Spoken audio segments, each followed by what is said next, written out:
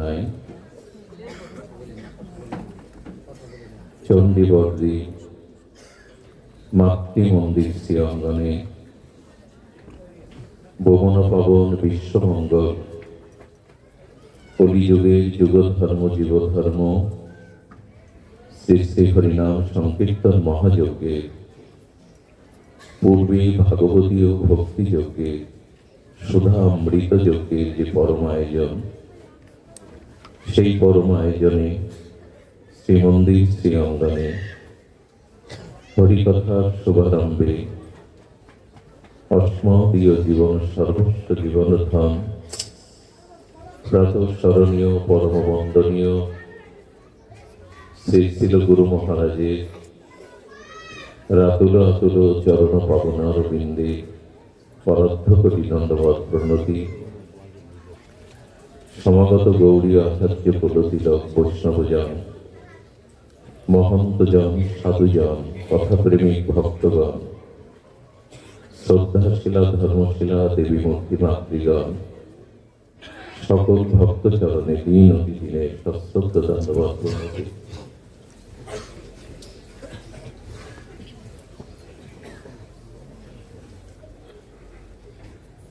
সুধীজন, ভগবান বলছেন বুদ্ধি যোগমাশ্রিত মস্তিত্ব সততম তব। বুদ্ধি যোগমাশ্রিত মস্তিত্ব সততম ভব। ভগবান বলছেন বুদ্ধিটা সতত আমাকে অর্পণ কর।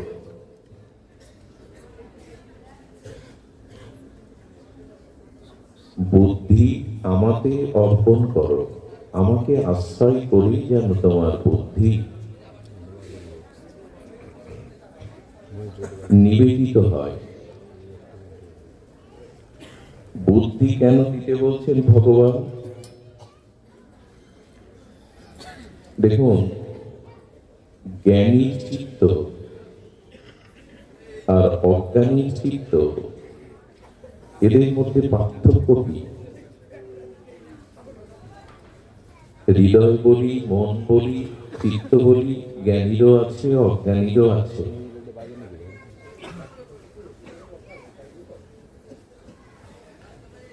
তো জ্ঞানী বা বুদ্ধিমানের চিত্ত এবং অজ্ঞানী তাদের চিত্ত বা মন, এ দুটি পার্থক্য কি? দৃষ্টান্তে আচার্যগণ বলছেন অজ্ঞানীর হাতে একটু মৃত্তিকার ঘট আছে, জ্ঞানীর হাতে মৃত্তিকার ঘট আছে। মাটির সেই ঘট ভেতরে বাইরে একই উপাদান দিয়ে গড়া। যেহেতু একই উপাদান দিয়ে গড়া, অজ্ঞানীর হাতের ঘট এবং জ্ঞানীর হাতের ঘট, অজ্ঞানীর মন বা জ্ঞানীর মন, পার্থক্য কোথায়? পার্থক্য হলো অজ্ঞানী যদি তার ঘটে বিষ পরিপূর্ণ করে রাখে, আর জ্ঞানী সেই একই মৃত্তিকার ভেতরে বাইরে উপাদান দিয়ে ঘটে অমৃত রেখে দেয়। বিষ থেকে বিষ জ্বালা হয়, যন্ত্রণা আসে, মৃত্যুর সম্ভাবনা মিশে থাকে, অমৃতে থাকে আনন্দ, আস্বাদন, জীবন। তেমনি জ্ঞানীর মন বা বুদ্ধি এবং অজ্ঞানী মনোবুদ্ধিতে কি থাকে? অজ্ঞানী যিনি আমার মতো, তার মনে থাকে অজ্ঞানতা। আর জ্ঞানী যিনি, তত্ত্বজ্ঞ যিনি, ভগবানের ভক্ত যিনি, তার চিত্ত মাঝে থাকে বিশুদ্ধ জ্ঞান, বিশুদ্ধ অনুরাগ। মৃত্তিকার পাত্র দুটি সমান, দুটি একই উপাদান দিয়ে সৃষ্টি, কিন্তু অমৃত রক্ষা করা আর বিষ রক্ষা করা এক জিনিস নয়। এই বুদ্ধি এবং আমাদের মনের কারণেই আমাদের জীবনে দুঃখ, দুর্দশা, হতাশা, মৃত্যু, অভিশাপ নেমে আসে। আবার এই মন বুদ্ধির কারণেই আমাদের আত্মকল্যাণ, আমাদের স্বরূপ প্রাপ্তি হয়। দুঃখের কারণ অজ্ঞানতা, সেটাই অজ্ঞানী চিত্তে তার মনে ভরা থাকে। অজ্ঞানতাই হলো আমাদের সমস্ত দুঃখের কারণ। সুধীজন, অজ্ঞানতা কাকে বলে? বিশুদ্ধ জ্ঞান কাকে বলে? অজ্ঞানতা হলো স্বরূপকে আবরিত করে দেয়, তাকে বলে অজ্ঞানতা। স্বরূপ ধর্মকে, স্বরূপকে ঢেকে দেয়। অন্ধকার বা অজ্ঞানতার কাজ হলো বস্তুকে দেখতে দেয় না, বস্তুকে আবৃত করে রাখে, ঢেকে রাখে।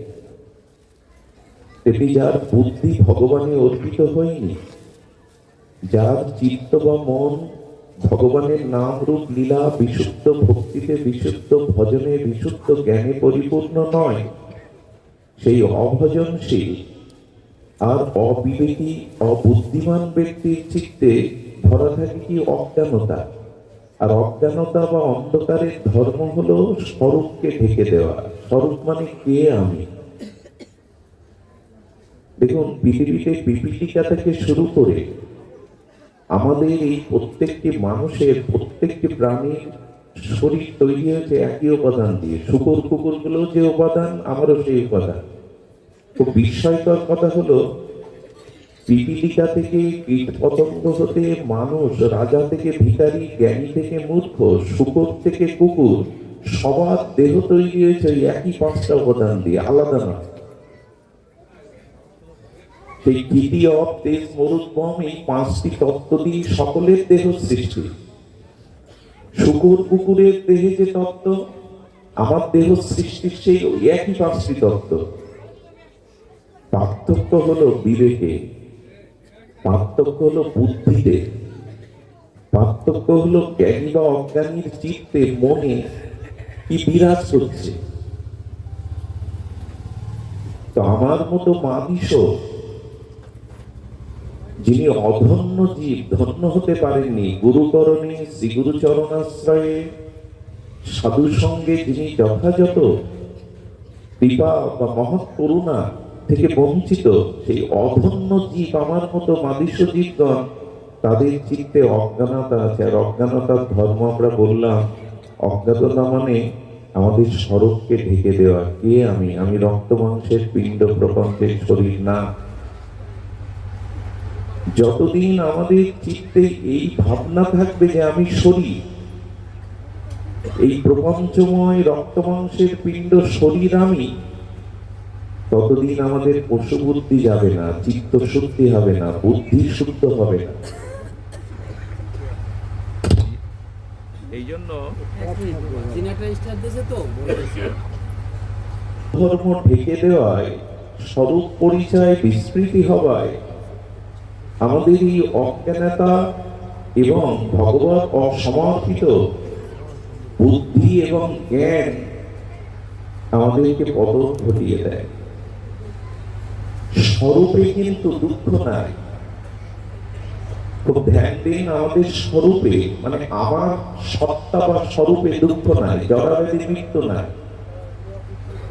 সেখানে অখণ্ড অনন্ত আনন্দ রাশি। তুলসীদাস গোস্বামী বলছেন,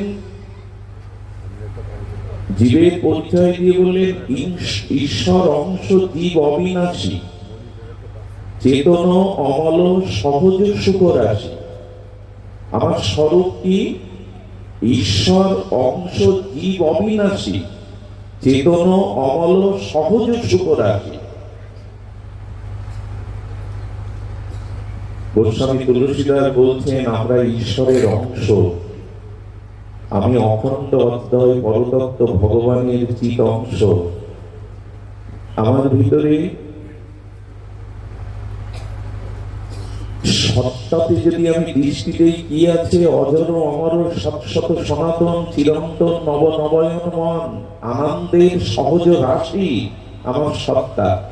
কিন্তু দেহতে আনন্দ নাই।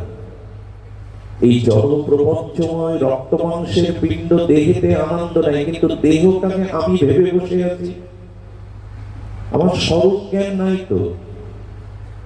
মাটির দুটোই পাত্র, একজন মৃত্তিকার পাত্রে অমৃত রেখেছেন, একজন বিষ রেখেছেন। তো বিষ থেকে সে জ্বালা ছাড়া, বিষের যন্ত্রণা ছাড়া কি করে অমৃত পাবে? আমার বুদ্ধিতে, আমার মনে, আমার জ্ঞানের মধ্যে ভরা রয়েছে দেহ আর দেহভোগের এই প্রপঞ্চ আকর্ষণ। কিন্তু যিনি মন বুদ্ধি ভগবানে অর্পণ করেছে, গুরু কৃপায়, মহৎ কৃপায়, শাস্ত্র কৃপায়, ভজন অনুরাগের দ্বারা যার স্বরূপ জেগেছে, আমি দেহ নই, আমি আত্মা, আমি অমল, আমি চেতন, আমি সহজ, আমি সুখের অনন্ত রাশি। আমাদের জন্ম নাই, মৃত্যু নাই, কর্মফল নাই, ব্যাধি নাই। এই স্বরূপ আত্মায় আমি। এই জায়গাটা পৌঁছে যান, দুঃখ নামক কোন জিনিস, মৃত্যু নামক কোন জিনিস, যন্ত্রণা নামক কোন জিনিস আপনাকে স্পর্শ করবে না।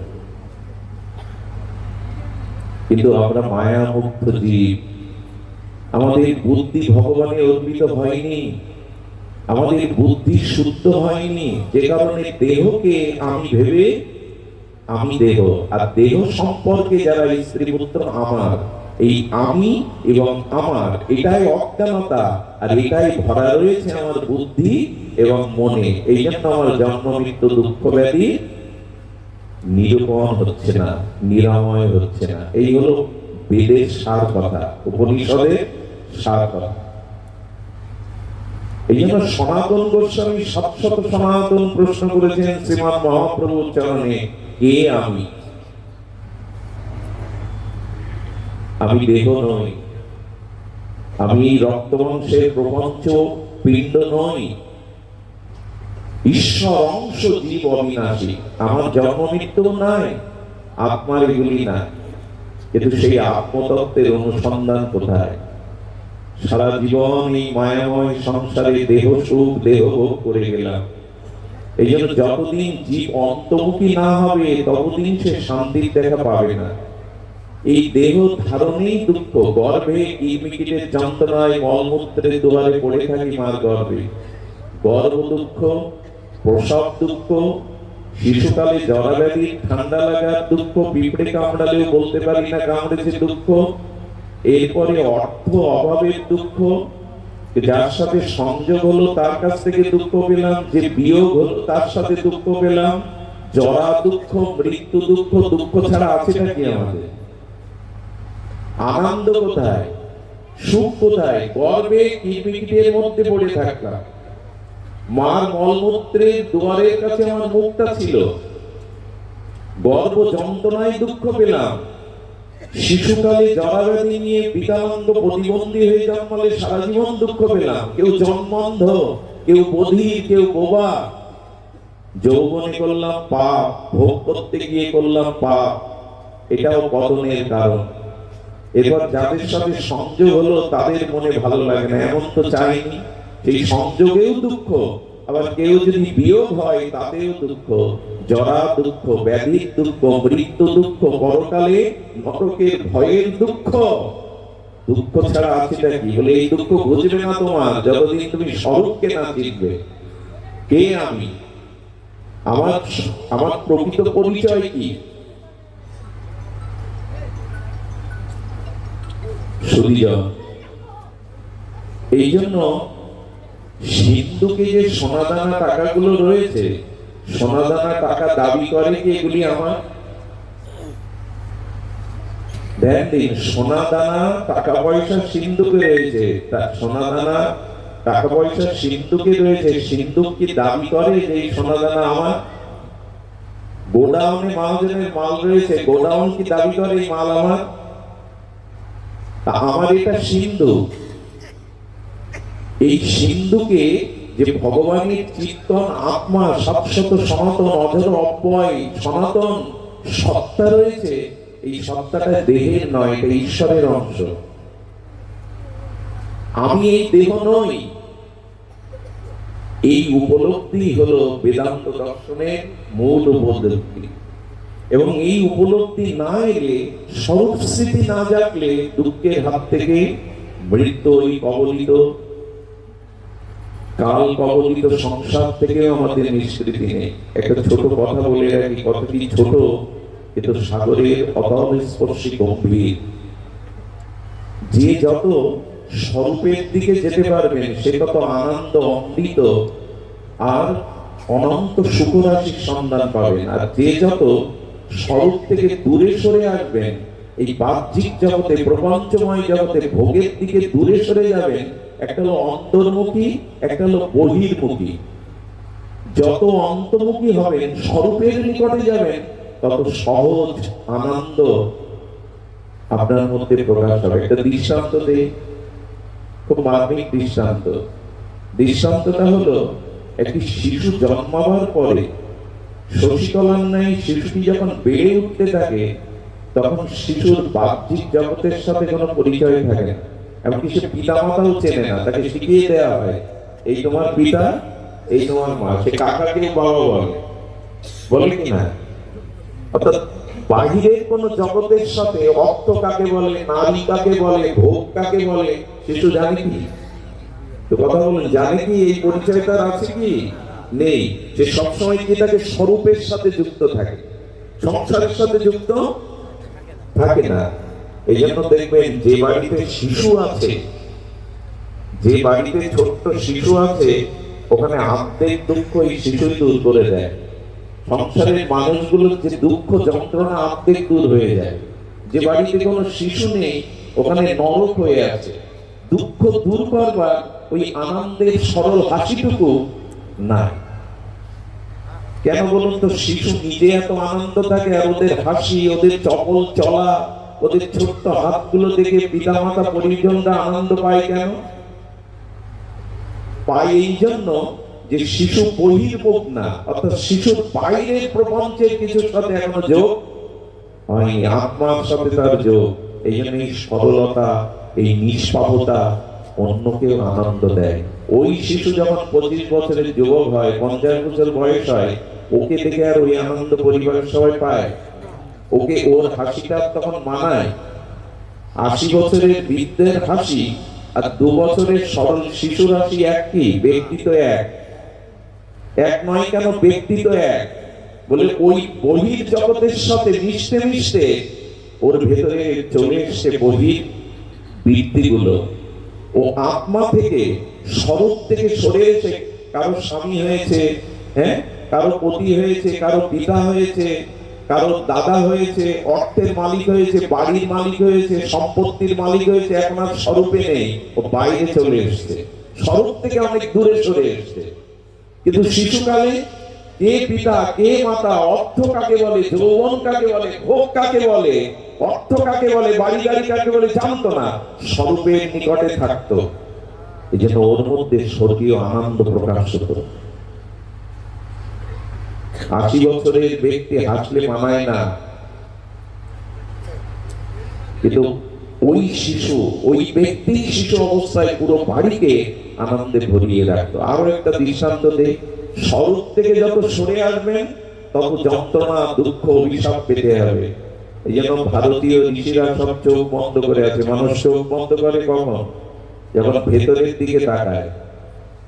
ধ্যান করে যখন মানুষ, আমাদের ভগবান শঙ্করের চোখ দেখবেন অর্ধনির্মীলিত। ভগবান শঙ্কর, শিব সবসময় ধ্যানস্থ হয়ে আছে।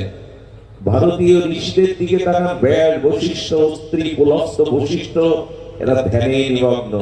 এরা বহির্মুখী নয়, এরা অন্তর্মুখী তাকিয়েছে, স্বরূপের দিকে তাকিয়েছে।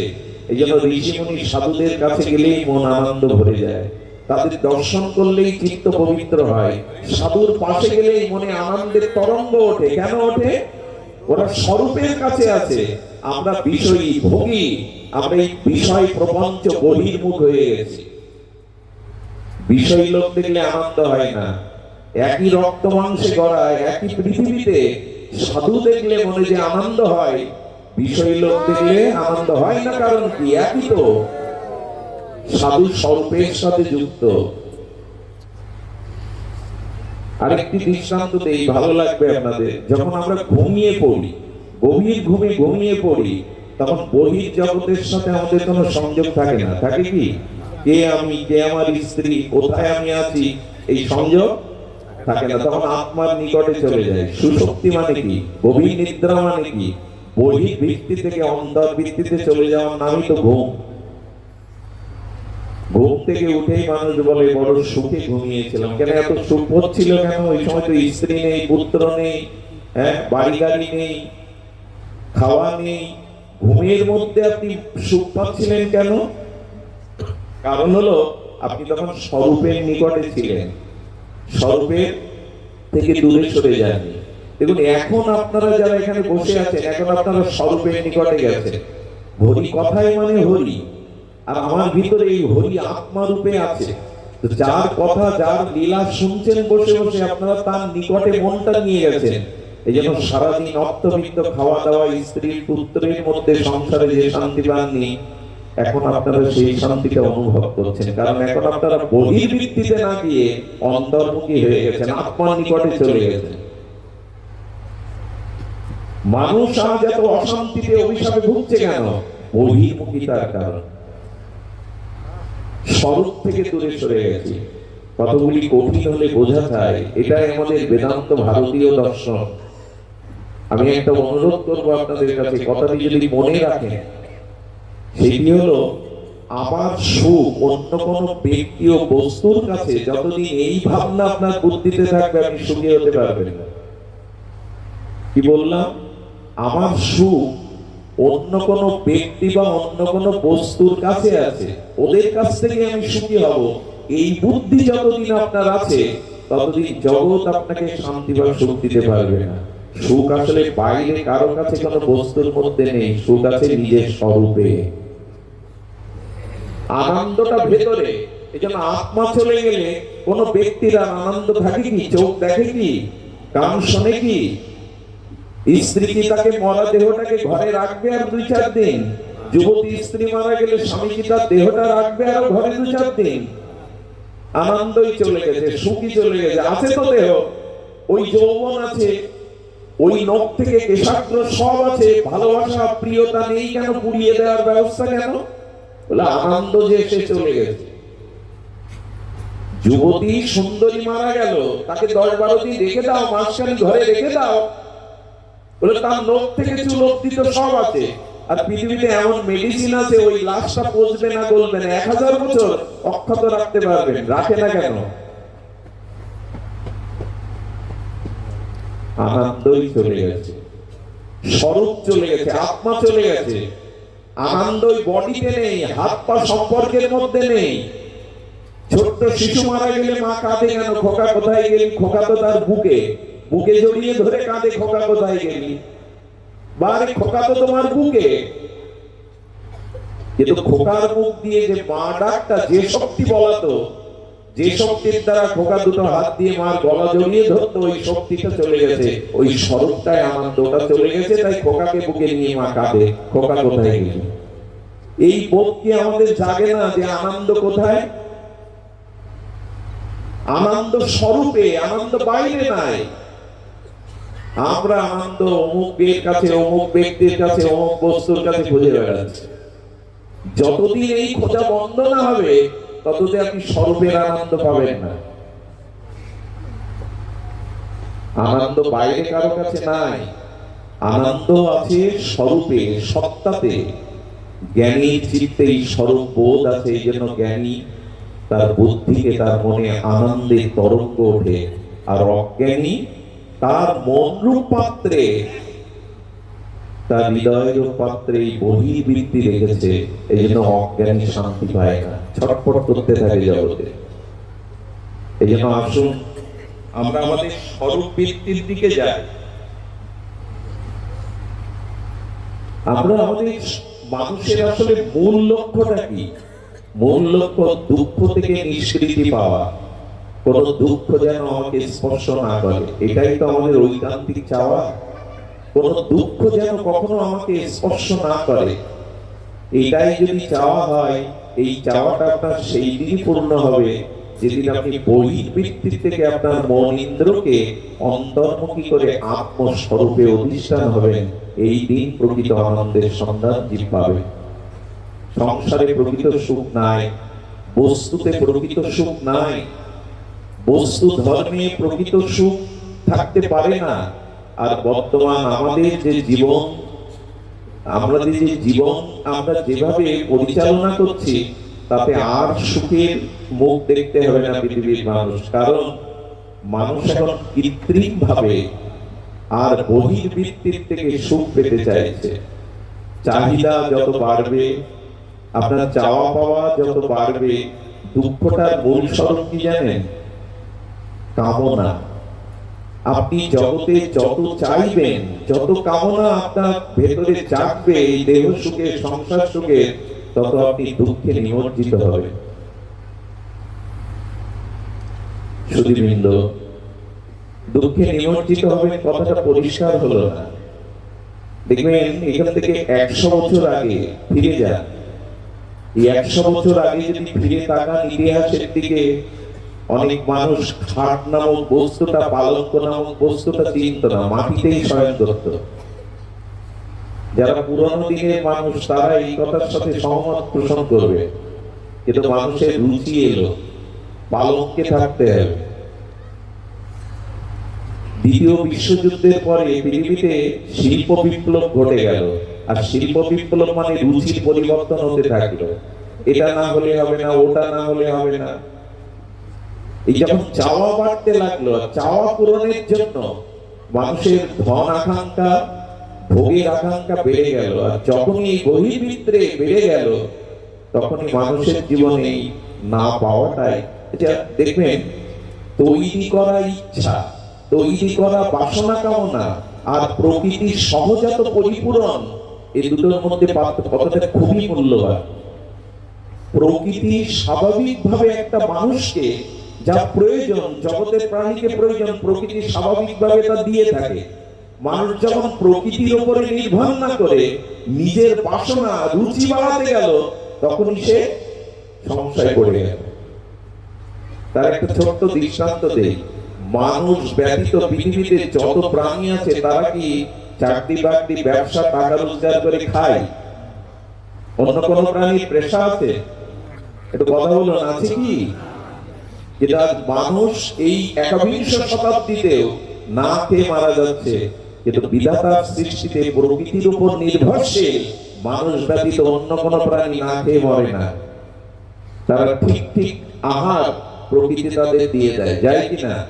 পৃথিবীতে পিপীলিকার সংখ্যা কত বিজ্ঞানীরা বলতে পারবে না। কীট পতঙ্গ, হিংস্র জীব জন্তু, সমুদ্রের এই মাছগুলো কি খেয়ে বেঁচে থাকে? ওরা আয় করে, ওরা চাকরি করে, ওরা ব্যাংক ব্যালেন্স করে প্রকৃতির উপর নির্ভর করে। তো যে ভগবান ওদের চালাচ্ছে তার বুদ্ধি শুদ্ধি নাই যে আপনার চলবে কি করে? আপনি আপনার চাহিদা বাড়িয়েছেন, আপনি আপনার বাইরের ভোগ বৃত্তি বাড়িয়েছেন, আর এই না চাওয়াটা না পাওয়ায় দুঃখ। এই জন্য আপনার যেটা চেয়েছেন পাননি, চাওয়াটা না পাওয়ায়, কামনাটা পূরণ না হওয়ায় দুঃখ। আর কামনা পূরণ না হলে শুধু দুঃখ আসে না, কামনার পথে যারা বাধা দেয় তারা ক্রোধের শত্রু হয়ে দাঁড়ায়। তাহলে আছে পৃথিবীতে কি? কাম ক্রোধ ছাড়া পৃথিবীতে মানবতা কোথায়? মনুষ্যত্ব কোথায়? মানুষের ভিতরে সহমর্মিতা কোথায়? সবকিছু হয়েছে কেন?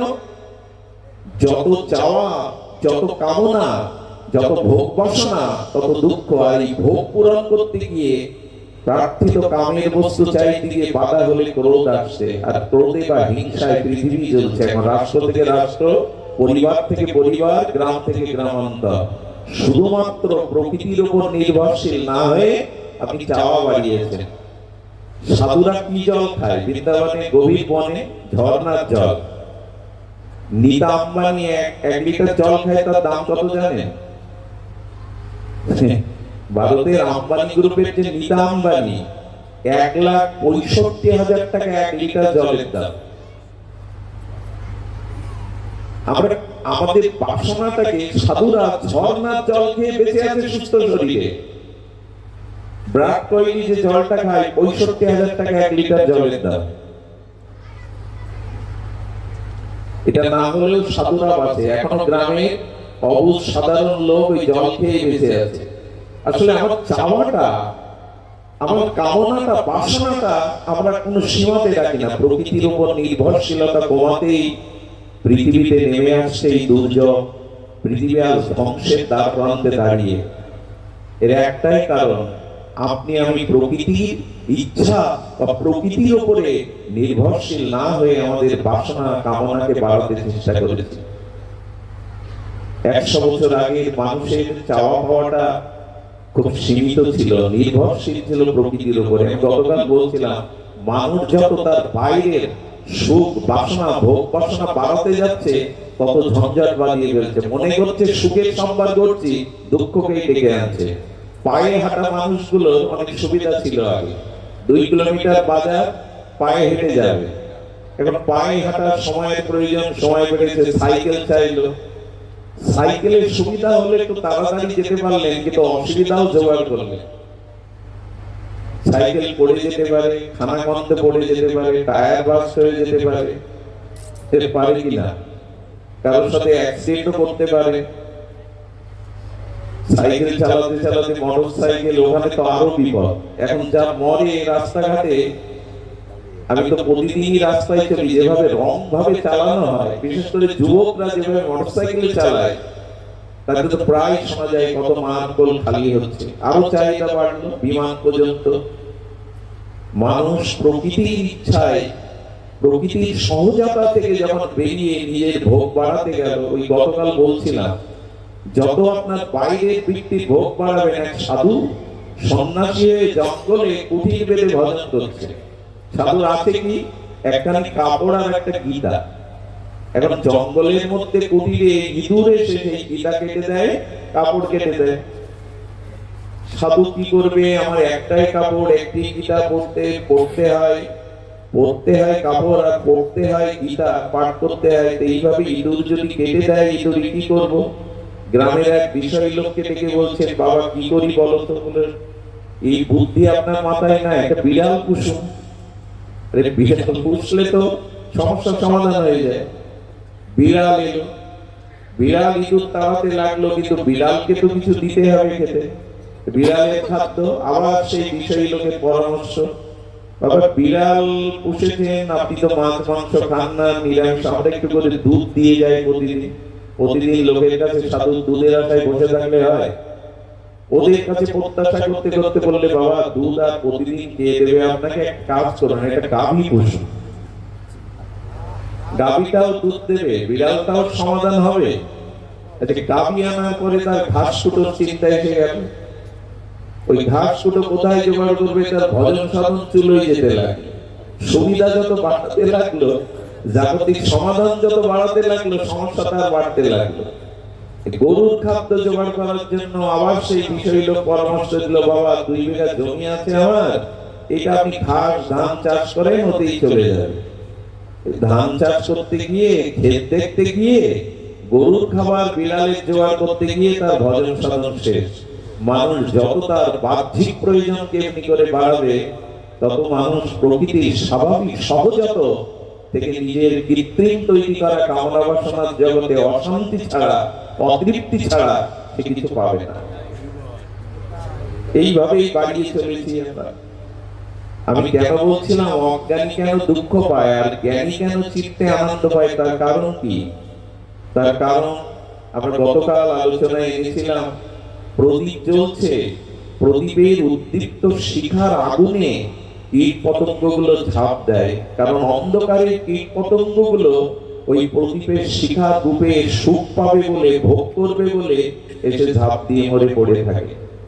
ওই মাছটা দল বেঁধে স্বচ্ছ জলের মধ্যে আনন্দে সাঁতার কাটছিল, খেলছিল, জীবন চলে যাচ্ছিল, জলেতেই তার জীবন আনন্দে মগ্ন ছিল। কিন্তু ওই বড়শিতে একটা আমিষ তার, ও বুঝতে পারেনি এই আমিষ তারের আড়ালে ওর জীবন ধ্বংসকারী বড়শি আছে বাঁকানো। ওই আমিষটার গিলতে গিয়েই ওর মরণ হলো। আরে মাছ জানে না যে ওই আমিষটারের আড়ালে বড়শি আছে, আর কীট পতঙ্গ জানে না যে আগুনের রূপে ঝাঁপ দিলে পড়ে মরতে হবে। আপনার আমার বুদ্ধি আর বিবেক তো আছে, কোথায় ঝাঁপ দিলে মরতে হবে?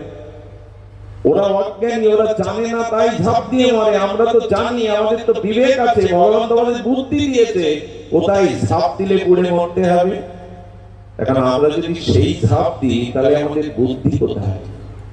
অজ্ঞানতা যার হৃদয়ে আছে ওই ঝাঁপ দিয়েই মরছে তারা। রূপের আগুনে, বিষয় ভোগের আগুনে ঝাঁপ দিয়েই তারা মরছে। আমাদের শাস্ত্রকারগণ একটা কথা বলছেন, মানুষ সাগরে নদীতে ডুবে গেলে মরে যায়, ডাঙায় থাকলে তীরে থাকলে বেঁচে যায়। এতো সাধুরা বললেন এক কাজ করো, এক জায়গায় ডুবলে বেঁচে যাবে, এক জায়গায় ডুবলে বেঁচে যাবে, আর এক জায়গায় ডুবলে মরণ হবে। সেটা হলো এই সাধু সঙ্গরূপ হরিকথার সাগরে ডুব দাও। এইখানে ডুবে গেলে বেঁচে যাবে, এইখানে যদি ডুব দিতে পারো বেঁচে যাবে। আর সংসার সাগরে, সংসার সাগরে ডুব দিলে কাম ক্রোধ চিবিয়ে চিবিয়ে হাঙর কুমিরের মতো খাবে। সংসার সাগর আর এই হরিকথার সাধু সঙ্গের সাগর বলে, এই সাধু সঙ্গ সরোবরে ডুব দাও, এখানে ডুব দিলে মরবে না, বেঁচে যাবে, আনন্দ পাবে। আর সংসার সাগরে যারা ডুবেছে তারা কাম ক্রোধ চিন্তার হাঙর কুমির তাদের চিবিয়ে চিবিয়ে খাচ্ছে। এই জন্য শাস্ত্রে বলছেন, সংসারে তীরে দাঁড়িয়ে থাকো তাহলে ডুববে না। মানে অত ভোগের মধ্যে যেও না, একটু সংযম হয়ে থাকো, একটু ত্যাগ নিয়ে তীরে থাকো, আর সাধু সঙ্গে এবার ডুব দাও। এইখানে ডুব দাও, ওখানে তীরে থাকো। আমরা উল্টে ফেলেছি, সংসারে কামনা বাসনায় ডুব দিয়েছি আর সাধু সঙ্গে তীরে দাঁড়াই। আজ শরীর ভালো লাগছে না, আজ অনেক শীত পড়েছে, কালকেই তো শুনে এলাম আজ আবার যাবো, এই একই তো কথা। এই আমরা সাধু সঙ্গে তীরে দাঁড়িয়ে থাকি আর সংসারে ডুবে থাকি। কে রক্ষা করবে আমাদের? এই জন্য দয়া করে আমাদের যদি দুঃখের হাত থেকে মুক্তি পেতে হয় তো আসুন আমরা স্বরূপের ধ্যানে যাই, স্বরূপের পথে চলি। এইটা হলো জ্ঞানী এবং অজ্ঞানী পার্থক্য। যে স্বরূপের পথে যখনই আমরা চলবো তখনই আমাদের জীবনে এই আনন্দ সহজ সুখ রাশি আমরা সন্ধান পাবো। আপনাদের মনে পড়ে বিষয়ের বিষয় সুখ আর ভক্তের ভজন সুখ, এই দুটোর মধ্যে পার্থক্য দেখুন।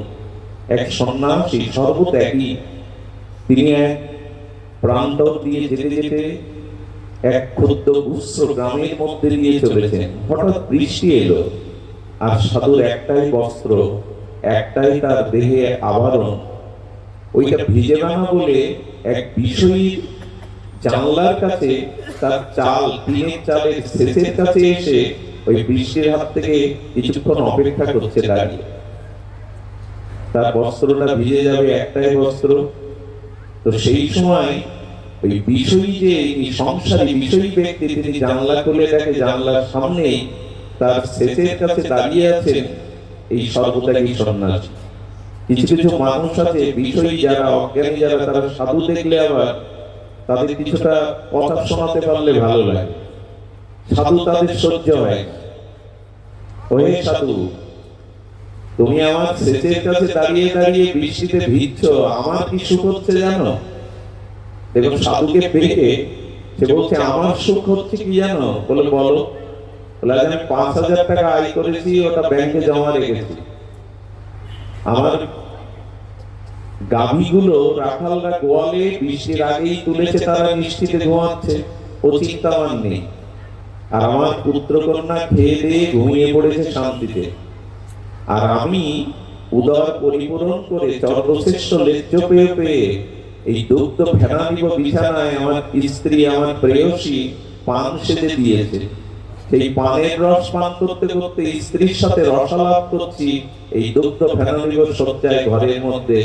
এই আমার সুখ। আর তুমি বৃষ্টিতে ভেজো। সাধু হয়েছে যেমন, সন্ন্যাসী হয়েছে যেমন, যাবে আর কোথায়? এই শেষে দাঁড়িয়ে ভেজো। সাধু দেখলে যা হয় বিষয় লোকে। উনি মনে মনে হাসছেন আর বললেন, তোমার সুখের কথা বলা শেষ হলে এবার আমার সুখের কথা শোনো। এই দেখুন বিষয় আনন্দ আর ভজন আনন্দের মধ্যে পার্থক্য। তখন সাধু বলছে, তুমি যে ৫,০০০ টাকা আয় করেছো, ওটা উপার্জন করেছো, অর্জন করনি, ওটা রেখে যেতে হবে। আর আমি সারাদিন ঈশ্বরের নাম জপ ধ্যান করে যে অর্জন করেছি ওটা রেখে যাবে না, ওটা আমার সাথে যাবে, ওই সম্পদ আমার সাথে যাবে। আর বলছো তোমার গোয়ালে তোমার গাভী পশুগুলি তোলা আছে, তেমনি শোনো আমার বুদ্ধি এবং বিবেকের দ্বারা আমার কাম ক্রোধ পশুগুলো অনেক আগেই তারা নিশ্চিন্তে স্থিতি ঘুমিয়ে আছে। আর তুমি পুত্র কন্যার কথা বলছে না ঘুমিয়ে আছে, আমার কামনা বাসনা পুত্র কন্যা অনেক আগেই ঘুমিয়ে পড়েছে, ওরা জেগে নেই। আর তুমি বলছো তুমি সর্বশ্রেষ্ঠ লেজ্জ পেয়েও এইটি সেবা করে উদর পরিপূরণ করে সুখ পেয়েছো। আর শোনো আমি প্রেম ভক্তি হরিনামের রস লীলার রস পান করে আমার হৃদয়ে ক্ষুধাই নেই।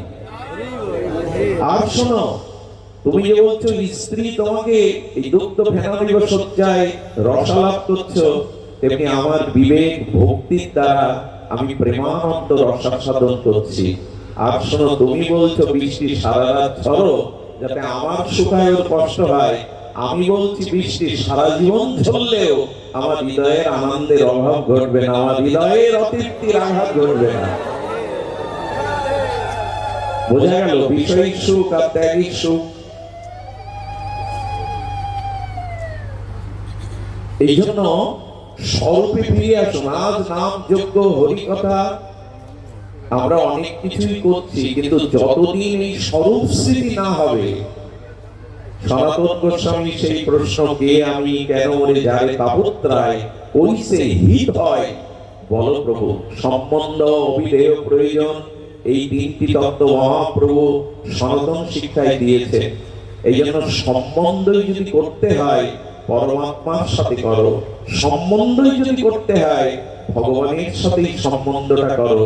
এই জগতের কোন সম্বন্ধ নিত্য নয়, শাশ্বত নয়, এই জগতের কোন সম্বন্ধ চিরন্তন নয়। আমি জন্মের সময় পিতামাতা আমি সাথে আনিনি, পুত্র কন্যা স্ত্রীর সাথে আনিনি, জন্মের সময় একটা বস্ত্রখণ্ডও সাথে আনিনি, এই পৃথিবীর কোন সম্পত্তিও সাথে আনিনি। আবার যাওয়ার সময় একই দৃশ্য, না পিতামাতা আমার সাথে যাবে, না পুত্র কন্যা যাবে, না ভূ সম্পত্তি যাবে, একাকি শুধু কর্মফল নিয়ে যেতে হবে। এটা কি বোঝো না? মাঝখানের এই সময় যাদের পেয়েছো এই সম্বন্ধ চিরদিনের নয়, চিরকালের নয়, চিরকালের সম্বন্ধ তোমার পরমাত্মার সাথে, ভগবানের সাথে। এই সম্বন্ধটা অটুট করো। এই জগতের কোন সম্বন্ধ চিরস্থায়ী নয়, আর জগতের সম্বন্ধ আমাদের আশ্রয় দিতে পারে না। আমি প্রায়শ বলে থাকি পিতার কাছে পুত্রের প্রকৃত আশ্রয় না। যারা পুত্র মনে করে পিতায় আমার আশ্রয় না, পিতা আশ্রয় না, থাকলে প্রহ্লাদ মহারাজের মতো পুত্রকে বিষ খাইয়ে হত্যা করার জন্য পিতাকে উঠে পড়ে লাগতো না। পিতার কাছেও পুত্র নিরাপদ নয়। প্রহ্লাদ মহারাজের মতো পুত্র পেয়ে হিরণ্যকশিপু তাকে কিভাবে অত্যাচার করলো। মায়ের কাছেও সন্তান আশ্রয় নয়। ভাগবত বললেন মায়ের কাছেও চিরদিন আশ্রয় নাই, মা নিতে পারে না। সন্তানের বুকের যন্ত্রণাটা মা কোলে নিতে পারে, ঔষধের ব্যবস্থা করতে পারে, ডাক্তারখানায় যেতে পারে, সন্তানের বুকের যন্ত্রণা নেওয়ার ক্ষমতা মার নেই। কাল যখন মায়ের কোল থেকে সন্তান ছিনিয়ে নেয়, মায়ের সাধ্য নেই সন্তানকে রক্ষা করা। মা পারে না, আশ্রয় দিচ্ছিল পারে না। আর মায়ের হাতের আশ্রয় কি বলবো, কুন্তির মতো মহিষী নারী কর্ণকে ভাসিয়ে দিল। কর্ণকে না ভাসালে ওর জীবন এইভাবে শেষ হতো? কর্ণের মতো সন্তানকে মা ভাসিয়ে দিল। মায়ের কাছেও কি আশ্রয় আছে আমাদের? পিতার কাছেও প্রকৃত আশ্রয় নয় দুদিনের। আর পিতা যদি ভগবতমুখী না হয়, আত্মজ্ঞানী না হয়, এই সন্তানকে সে বিষয়ের দিকে ফেলে দেবে। গতকাল বলছিলাম আমাদের প্রজন্মকে, আমাদের সন্তানদেরকে আমরা প্রয়াস শিখিয়ে থাকি লেখাপড়া কর, চাকরি বাকরি করে অর্থ উপার্জন কর, সুখে থাক আর মর। এই ছাড়া তাদের কি শেখায়? পড়াশোনা কর, চাকরি বাকরি করে টাকা রোজগার কর আর ভালো মন্দ খেয়ে মর। এই ছাড়া তো আর কি আছে? একবার বলি না যে এই মৃত্যুর হাত থেকে তুই কি করে নিষ্কৃতি পাবি, আর তোকে কর্মফল ভোগ করতে বারবার এই জগতে যেন আশা না লাগে না। এই মন্ত্র আজকের পিতামাতা আমরা দেই না তাদের।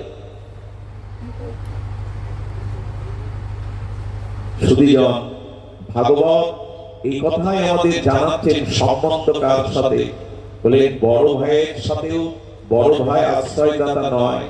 রাবণ বিভীষণের মতো ভাইকে লাথি মেরে তাড়িয়ে দিল। এখন তো দুহাত জাগার জন্য ছোট ভাইকে বড় ভাই খুন করে, বা ছোট ভাই বড় ভাইয়ের নামে মামলা লাগিয়ে দেয় একদিকে জমির জন্য। এই জগতে কারো কাছে তোমার চিরস্থায়ী আশ্রয় নয়। সবাই তাত্তা পূরণের জন্য তোমাকে ব্যবহার করে। অবশ্য পিতামাতা সন্তানের মঙ্গল চায়, নিঃস্বার্থ ভালোবাসা পিতামাতার, এই জন্য তাদের সাথে কারো তুলনা হয়। কিন্তু তারাও কি রক্ষা করতে পারে আমায়? কত ডাস্টবিনে পেপারে মোড়ানো সন্তান ফেলে জীবন্ত সন্তান কাঁদছে, কোন মা তো তাকে গর্ভে এনেছে, কোন মাই তো তাকে ওইভাবে অনাথ আশ্রমে বা ফেলে দিয়েছে ট্রেনে। মায়ের কাছেও পুত্র নিরাপদ নয়, বড় ভাইয়ের কাছে নয়, স্ত্রী তার স্বামীর কাছেও নিরাপদ নয়। আজ ঘরে ঘরে কত রমণী শুধু ভোগের সামগ্রী করে তাদের রাখা হয়েছে, শুধু ভোগের সামগ্রী করে রাখা হয়েছে তাদের। তাদের চোখের জলে দেবতার অভিশাপ আসে ওখানে। দ্রৌপদীর মতো সতী সাধ্বীর লজ্জা নিবারণের জন্য পঞ্চ পাণ্ডব এগিয়ে আসেনি। দ্রৌপদী দেখালো, এই দেখো আমার স্বামীরা বিশ্ববিজয়ী, কিন্তু রক্ষা করতে ভগবান ছাড়া স্বামীরা এগিয়ে আসেনি। স্ত্রীকে ভালো লাগলো না তো তাকে ত্যাগ করে দিয়ে আরেকজনের হাত ধরলাম, কোথায় আশ্রয়? আগে আশ্রয় তত্ত্বটা ঠিক করুন। আমার প্রকৃত আশ্রয়, আমার প্রকৃত সম্বন্ধ কার সাথে? দেবতারাও আপনার আশ্রয় নয়। দেবতাদেরও নিজস্ব আশ্রয় মাঝে মাঝে হারিয়ে ফেলে। দেবরাজ ইন্দ্র মাঝে মাঝে স্বর্গ থেকে বেরিয়ে যায়, চ্যুত হয়ে যায়, তারাও আশ্রয় পায় না। ভগবানের দুয়ারে ঘরে আমাদের আশ্রয় দিন, আমাদের তাড়িয়ে দিয়েছে রাবণ, বালি তাড়িয়ে দিয়েছে। দেবরাজ ইন্দ্রেরও ভোগ বাসনা যায়নি। অহল্যার মতো সতীকে সতীত্ব হরণ করে অভিশপ্ত হয়ে স্বর্গ থেকে চ্যুত হয়ে গেল। দেবতাও আপনার কি আশ্রয় দেবে? ওনাদের নিজেদেরই মাঝে মাঝে আশ্রয় থাকে না। ব্রহ্মা বলে, ব্রহ্মার কাছে ভগবান বেদ দিয়েছিলেন, আর দৈত্য এসে ব্রহ্মার কাছ থেকে বেদ হরণ করে নিয়ে যায়। ব্রহ্মা বেদ রক্ষা না করতে পেরে ভগবানের শরণাপন্ন হয়েছিলেন। ভগবান দৈত্য বধ করে বেদ উদ্ধার করলেন। আশ্রয় একমাত্র ভগবান, তার সাথে সম্বন্ধ করুন। জগতের সম্বন্ধ আছে আছে, এটা কর্তব্য করতে হয় করুন। বাইরে কিছুটা সংসারে অভিনয় করুন, যাকে যেমন ব্যবহার করলে খুশি হয়, কিন্তু সম্বন্ধটা জেনে। আপনার বাড়িতে যে কাজের মেয়ে কাজ করে, আছে না অনেকের বাড়িতে কাজের মেয়ে, ও আপনার বাড়িতে বিবাহ বা কোনো জন্মদিন, বিবাহ বার্ষিকী উৎসব হলে নতুন পোশাক পরে, ও আনন্দ করে, নাচে গায়ে হাসে। আবার ওই বাড়িতে কোনো বিপদ এলে, কারো অসুখ হলে ওরও মন খারাপ হয়। কিন্তু রাতে যখন বিছানায় গিয়ে বালিশে মাথা দেয়, তখন মনে মনে কি বলে জানেন? এদের সুখ দুঃখের মধ্যে আমি আছি বটে, কিন্তু আমি এদের কেউ না, ওরাও আমার বাড়ি সেই দূর কোন গ্রামে, এরা আমার কেউ না। অথচ ওদের সুখে হাসে, গান গায়, ওদের দুঃখে কাঁদে, কিন্তু বিছানায় বালিশে মাথা দিয়ে ভাবে এরা আমার কেউ না, আমিও এদের। রামকৃষ্ণদেব বললেন, এইভাবে সংসার করো, একমাত্র সদ্গুরুদেব আর ভগবানই আমার, এদের কিছু দায়িত্ব আমার উপরে, তাই আমি এদের মাঝে আছি। এইভাবে সংসারে থাকো, তাকে আর হয় আমার আমার করতেই তো জীবন গেল।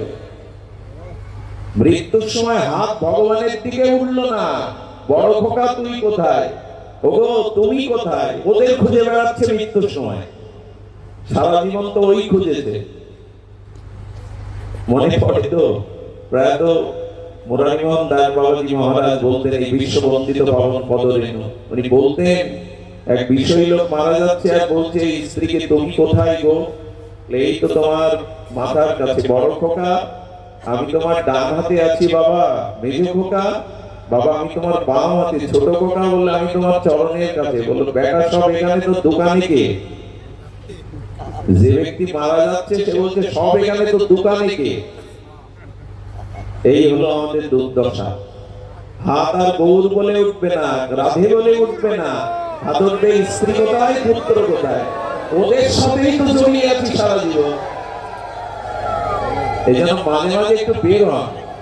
আচ্ছা, ওই যে বললাম পতঙ্গ, কীট পতঙ্গ প্রদীপের আগুনে ঝাঁপ দিয়ে মারে। আচ্ছা, মূল আগুনের মধ্যে ঝাঁপ না দিয়ে যদি পাশে ঘুরতে থাকে, ওই আলোর রোশনায় পাশে ঘুরতে থাকে, মরবে তো। এবং সংসারের কূলে দাঁড়িয়ে সংসার করার সাধু সঙ্গে ডোবো, এইখানে ডুবে যাও, আর ওইখানে কূলে দাঁড়াও যাতে ফিরে আসতে পারে। আমার করতে গিয়েই ডুবে গেছি। এই জন্য শাস্ত্র বলছে স্বরূপের সাথে সম্বন্ধ করো, জীব নিত্য কৃষ্ণ দাস, মাময়ী মাংস জীবলোক, জীবভূত সনাতন, মনঃস্বস্রাণি ইন্দ্রাণি প্রকৃতি স্থানি কর্ষতি। মনকে এই জগতের আকর্ষণে ভাসিয়ে দিও না, অন্তর্মুখী হয়ে পরমাত্মার সাথে সম্বন্ধ করো। মনে পড়ে সেই গজেন্দ্র হস্তি তার স্ত্রী পুত্রদের নিয়ে সরোবরে পদ্ম প্রস্ফুটিত নির্মল স্বচ্ছ সরোবরে জল কেলি করতে গেছে। স্ত্রী আনন্দ পাবে, পুত্র কন্যা আনন্দ পাবে। বনের রাজাধিরাজ হয়েছিল হস্তি, সেই গজেন্দ্র মানে সেই হস্তি পুত্রদের নিয়ে, কন্যাদের নিয়ে আর স্বচ্ছ সরোবরে লাভলো। হাতি যদি সরোবরে নামে পদ্মের কি দুরবস্থা হয় তা তো বোঝা যায়, জলের কি দশা হয় তাও তো জানা যায়। যখন জল ঘোলা হয়ে গেছে তখন গজেন্দ্র হস্তি কি করেছে জানেন? তখন আরো একটু পরিষ্কার গভীরের জলে গিয়ে সুর দিয়ে বাচ্চাদের স্ত্রীর গায়ে ছুড়ে মারছে। সুখ হচ্ছে ওদের, আমরাও তো এই করি, বিনোদন করি। হঠাৎ কুমির এসে হস্তির পাকে আক্রমণ করলো। আচ্ছা, জলে কুমিরের শক্তি বেশি না হাতির শক্তি বেশি? কুমিরেরই। জলে বাস করে, জলে তার শক্তি অধিক। কুমির যেটাকে ধরলো, স্ত্রীর দিকে চেয়ে আছে, পুত্র কন্যা বন্ধুদের দিকে, তোমরা আমাকে ছাড়িয়ে নাও। চেষ্টা যে করিনি তা না, স্বার্থের জন্য কিছুটা চেষ্টা করলো, কিন্তু সূর্য অস্ত হয়ে যাচ্ছে আর কুমির বারবার টেনে নিয়ে যাচ্ছে। তখন স্ত্রী পুত্র তারা নিজেদের বাঁচবার জন্য সরোবর থেকে উঠে বিদায় নিল। গজেন্দ্র চোখে জল ফেলে বলল, বা যাদের আনন্দের জন্য সরোবরে এলাম তারাই আমাকে মৃত্যু রুখে রেখে চলে গেল। আমি এই কথাটা একটা দৃষ্টান্ত দেই, প্রায় দেখবেন ওটিতে যদি কোনো গর্ভবতী মাকে নিয়ে যাওয়া হয় আর বাড়ির লোকদের ডাক্তার বলে যে এই বাচ্চা বাঁচাতে গেলে আপনাদের এই মাকে মেরে ফেলতে হবে, উনি বাঁচবে না। আর যদি মাকে বাঁচাতে হয়, গর্ভিণীকে বাঁচাতে হয়, তাহলে গর্ভের শিশু বাঁচানো যাবে না। আপনারা সিদ্ধান্ত নিন। বাড়ির লোক চট জলদি সিদ্ধান্ত নেয় গাছ বাঁচা, নিজেদের জন্য বলে গাছ বাঁচা। এই সিদ্ধান্ত আপনি আমিও নেব এই সংকটে পড়লে।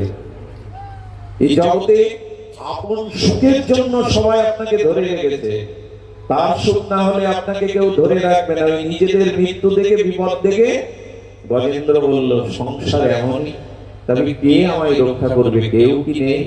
তখনই গজেন্দ্রের মনে হলো একজন তো আছে যিনি আমার হৃদয়ে আছেন, যিনি আমার সৃষ্টি করেছেন। গজেন্দ্র তখন সুর দিয়ে বিশ্ববিধাতাকে ডাকলো। ভগবানের নামও জানে না, না গোবিন্দ, না মধুসূদন, না কিছুই জানে না। বললেন, হে স্রষ্টা, যিনি জগৎ সৃষ্টি করেছো, আমাকে সৃষ্টি করেছো, সর্বজীবের হৃদয়ে আছো, তুমি আমাকে রক্ষা করো। যেই গজেন্দ্র চোখের জলে সুর তুলে ভগবানকে স্মরণ করেছেন, বিলাস মূর্তি বৈকুণ্ঠ হতে গরুড়ের পিঠে আসছিল, দেখলো গরুড়ের পিঠে যেতে গেলে বিলম্ব হতে পারে, গরুড়কে ছেড়ে দিয়ে ঝাঁপ দিলেন ভগবান, ঝাঁপ দিলেন ভক্তকে রক্ষা করবার জন্য। আর সুদর্শন চক্র দিয়ে তুলে কুমিরটাকে বধ করে গজেন্দ্রকে নিয়ে গেছিলেন বৈকুণ্ঠে। এই দেখুন, কাকে স্মরণ করতে হবে, সম্বন্ধ কার সাথে করতে হবে। গজেন্দ্র পাঠানে ভাগবত বললেন, ওদের সুখের জন্য সরোবরে গিয়েছিল, কিন্তু ওকে মৃত্যু মুখে পতিত দেখে সবাই চলে এলো। সুধীজন, এই নাম সংসার। এখানে প্রকৃত সম্বন্ধ আর কারোর সাথে নয়।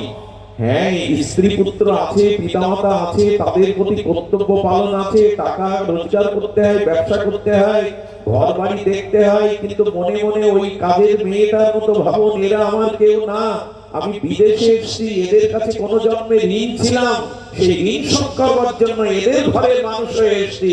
এই ঋণ শোধ করে আমাকে ফিরে যেতে হবে। এটা আমার বিদেশ, আমার দেশে আমাকে ফিরতে হবে। মন চলো নিজ নিকেতনে, মন নিজের বাড়িতে চলো। এটা বিদেশ, এটা তোমার দেশ নয়। এই বোধ সাধু সঙ্গে ছাড়া জাগবে না।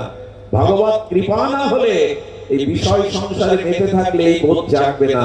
এই আহ্বান, ওই ওপারের থেকে যে আহ্বান আসে, আয় ঘরের ছেলে ঘরে আয়, ওই মহা সিন্ধুর ওপার থেকে কি সঙ্গীত ভেসে আসে। বিশ্ববিদাতা বললেন, আয় ফিরে আয়, ঘরের ছেলে ঘরে আয়। এখানে দুঃখ জরা মৃত্যু ছাড়া কিছু নেই। কিন্তু আমার লোকে আছে চির বসন্ত। এখানে জরা নেই, মৃত্যু নেই, এখানে আনন্দই আর আনন্দ। কই তারটাকে সারা দেই তো।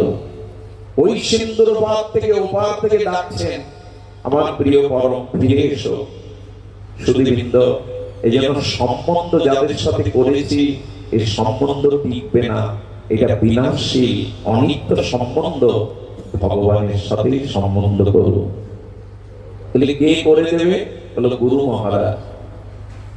পাত্র পাত্রীকে উপযুক্ত শুভ দিনে নির্ঘণ্ট থেকে ব্রাহ্মণ এসে পুরোহিত এসে মন্ত্র বলে হাত বেঁধে বিবাহ দিয়ে যায়, আর তাতে তারা সারা জীবনের সুখ দুঃখের সাথী হয়ে যায়।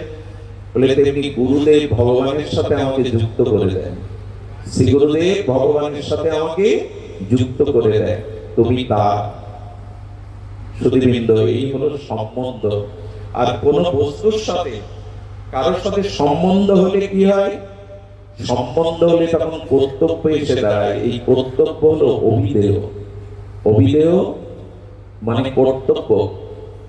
অভিধেয় হলো কি বলছে? সম্বন্ধ অভিধেয় প্রয়োজন। অভিধেয় হলো ভক্তি করা।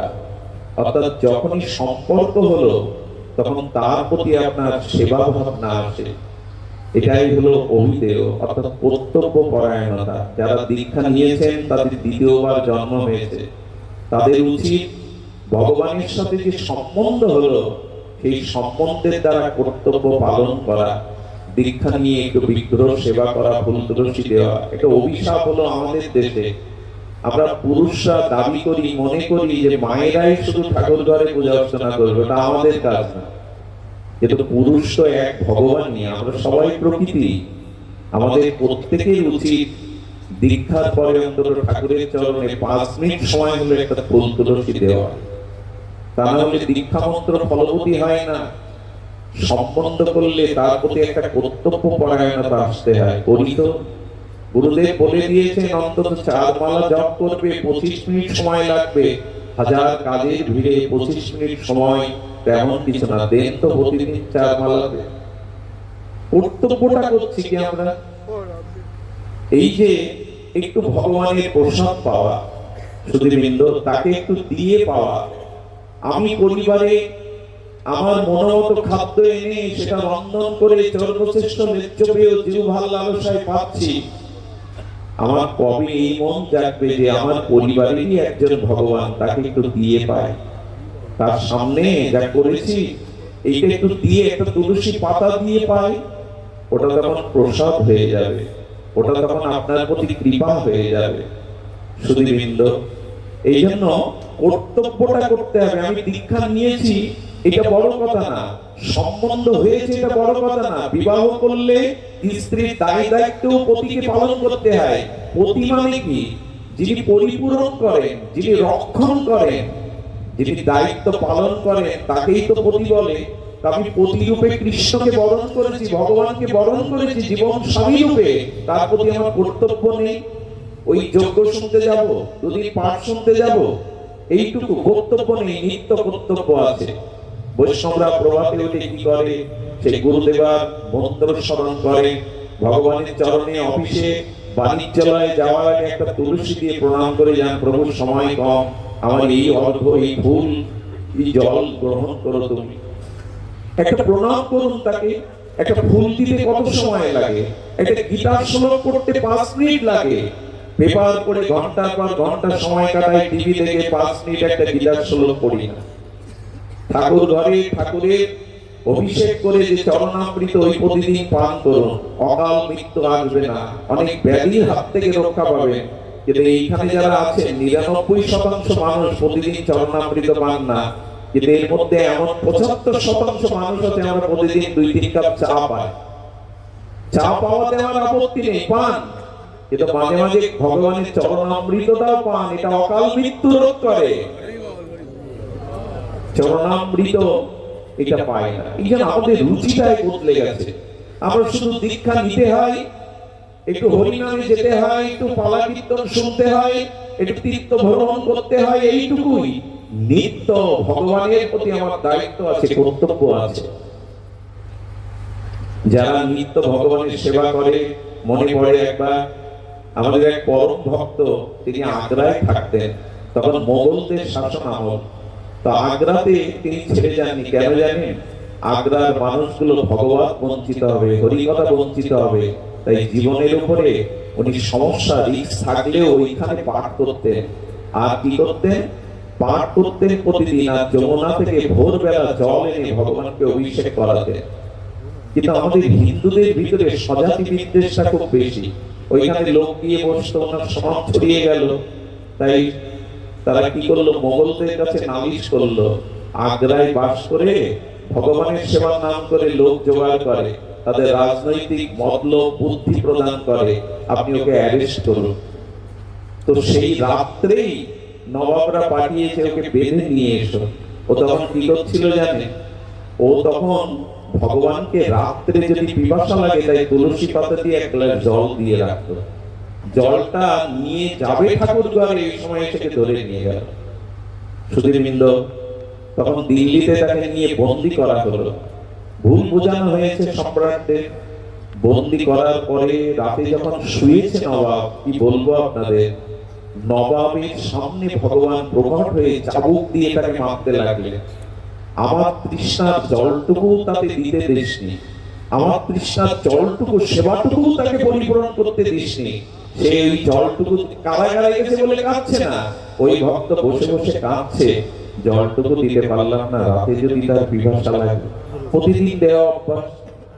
এবার জ্ঞানী মানুষরা শয়নের সময় গোয়ার সঙ্গে জল রেখে দেয়, তো যদি পিপাসা লাগে রাত্রে প্রয়োজন হয় তুমি ঠাকুরকে এক গ্লাস, এটা শাস্ত্রে লেখা নেই, কিন্তু ওনার মনের এই সেবা ভাবনাটা ছিল। উনি বসে বসে কাঁদছেন, জলটা দিতে দিল না, জলটা পেল না। নবাব এই হুঙ্কার দেখে স্বপ্ন মনে করলে স্বপ্ন মনে করতো, কিন্তু গায়ে চাবুকের বাড়ির আঘাতটা স্পষ্ট দেখে তাড়াতাড়ি ওনাকে বিদায় দিয়ে বললেন, ভুল হয়েছে, ক্ষমা করুন, ভুল হয়েছে, ক্ষমা করুন, আপনি জল সেবাটা দিতে পারেননি, তাই স্রষ্টা আমাকে এসে এই দেখুন আমার গায়ে আঘাত করেছে, আপনি কৃপা করুন। পালকিতে চড়িয়ে সসম্মানে তাকে পাঠিয়ে দেওয়া হলো। রাত্রে ভগবানের জল পিপাসা লাগে বলে প্রতিদিন এই মনের সংবেদ্য সেবা দিতেন, আর সেটাই ভগবান গ্রহণ করতেন, প্রমাণ করলেন। এটা নিছক আবেগ নয়, এটা মন কল্পিত কোন আবেগের বস্তু নয়, ভক্তের সেবা আপনি করে গ্রহণ করে। এখান থেকে প্রায় 700-800 বছর আগের ঘটনা।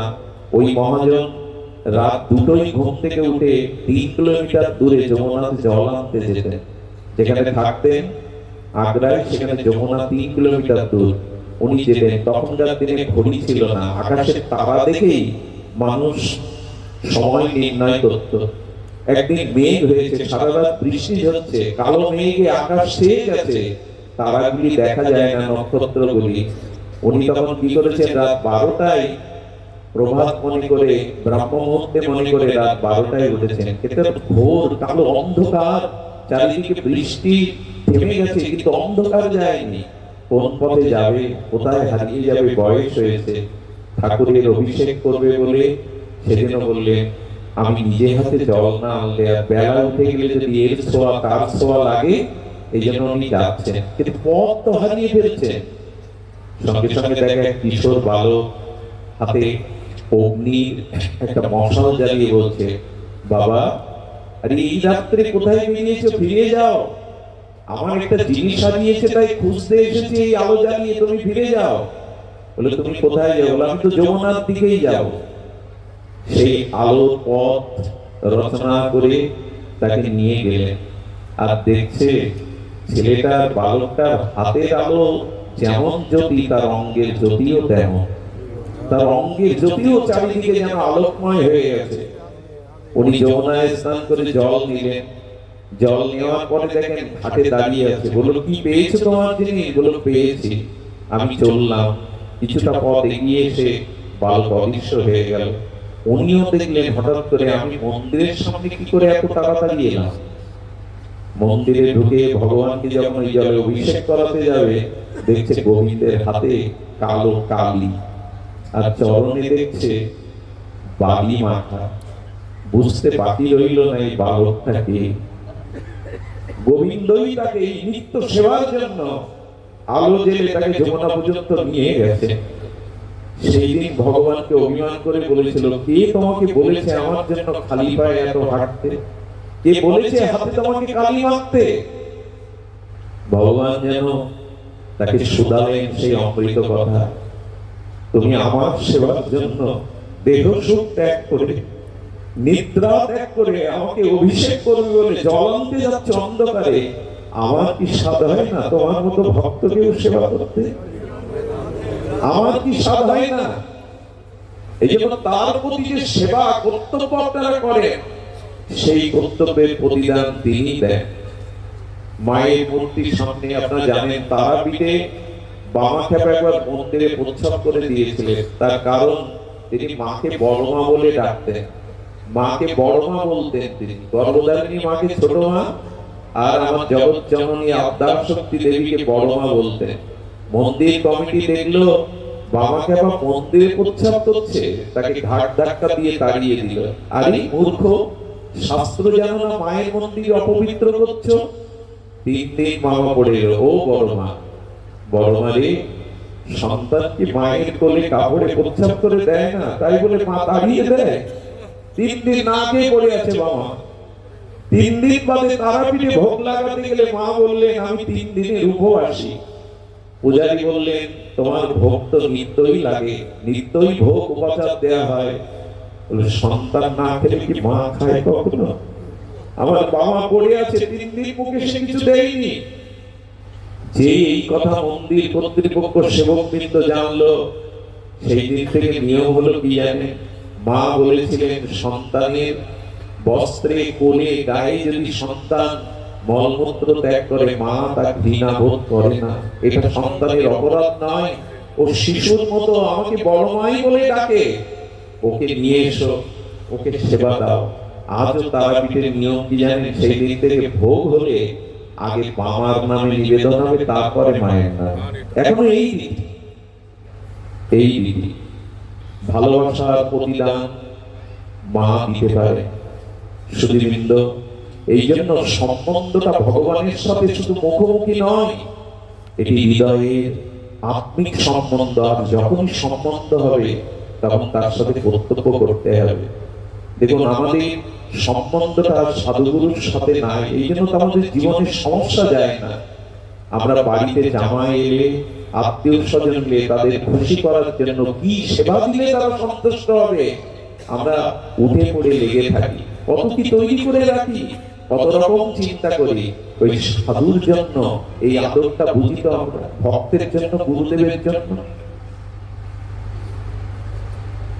জামাই আদর বুঝি, বৈষ্ণব আদর বুঝি না। এই বৈষ্ণব আদর আমরা বুঝতে চেষ্টা করি না। বৈষ্ণব আদর বুঝেছিল শ্রী রামানুজাচার্য, এই বলদেবের অবতার, 4 সম্প্রদায়ের অন্যতম ভক্তির আচার্য দক্ষিণ ভারতে শ্রীমৎ রামানুজাচার্য। ইনি 25 জন শিষ্য নিয়ে এক গ্রামে যেতে যেতে মনে পড়লো তার এক অভাগিনী আর এক ব্রাহ্মণ দম্পতির কথা। কিছুই নেই, খড়কুটো, রৌদ্র বৃষ্টি পড়ে, ভিক্ষা করে ভোগ লাগিয়ে গুরুদেবকে দিয়ে তবে এক মুঠো পায়, ভিক্ষা না পেলে সেদিন খাওয়া হয় না। 25 জন শিষ্য সহ এই রামানুজাচার্য, যিনি কারো বাড়ি যেতেন না, প্রায় মন্দির থেকে বেরোতেন না, বিশেষ কোনো কাজে ছাড়া, ধামে ছাড়া, তীর্থে ছাড়া। হঠাৎ শিষ্যদের বললেন, চলো আমার এক প্রিয় শিষ্যের বাড়ি এই গ্রামে। সেই ভিখারিনী কাঙালিনী তার বাড়িতে গেলে বসতে দেবে আসন নেই, শাড়ি বিছিয়ে দিল। গুরু চরণ জল করলো, কিন্তু চিন্তায় পড়ে গেছে, এই 25 জনকে আমি কি করে সেবা করাবো। কি করেছিল জানেন? স্বামী কখন আসবে, আর ওই দুমুঠো নিয়ে আসলে 25 জনের অন্ন কি করে আমি জোগাবো। তাই সেদিন দুয়ারে প্রতিবেশীর কাছে অনেক ধনীদের ভিখারিনী হয়ে গিয়েছিল, দেবে আমায় কিছু ধার কবজা দেবে, আমার বাড়িতে শ্রী গুরুদেব এসছেন, বৈষ্ণবরা এসছেন, কিছু ধার কবজা ধনীরা দিতে চায়। এই জগতে একটা নিয়ম কি জানেন, যখন আপনার যৌবন থাকবে, অর্থ থাকবে, সামর্থ্য থাকবে, পদ প্রতিষ্ঠা থাকবে, তখন ফুলের পক্ষে মধু হলে যেমন ভ্রমর গুঞ্জন করে প্রজাপতি ওড়ে, আত্মীয় স্বজনকে তখন পাবে। যখন রোগ আসবে, অভাব আসবে, আপনি দিন আনা দিন খাওয়া হয়ে পিছিয়ে পড়বেন, তখন দেখবেন পাশে আর কেউ নেই, আর তাকে কেউ বিশ্বাস করে না। তখন এই রমণী সবার কাছে ফিরে এলো, দেবে কি করে, কবজা নিলে দেবে কি করে, ভিক্ষা করেই তো খায়। নদীতে আত্মহত্যার পথ বেছে নিল, এই মুখ দেখাবো না, গুরুদেবের সেবা যদি গৃহে না হয়, বৈষ্ণব যদি অভুক্ত থাকে, দেহ রেখে লাভ কি। নদীতে ঝাঁপ দিয়ে যখন মরতে যাবে, নদীর স্বচ্ছ জলের মধ্যে গুরুদেবের মুখটা ভেসে উঠেছে। যাকে মনে স্থান দেওয়া যায়, তাকে চারিদিকে দেখা যায়, জলের মধ্যেই গুরুদেবের বদন, গুরুদেব যেন হাসছে। ফিরে এলেন, মরা হলো না, তার সেবা না করে, দেহ ত্যাগ করে তো সার্থকতা নেই। কোথায় গিয়েছিল জানেন, ভক্তমানে বড় বিচিত্র এই ঘটনাটা।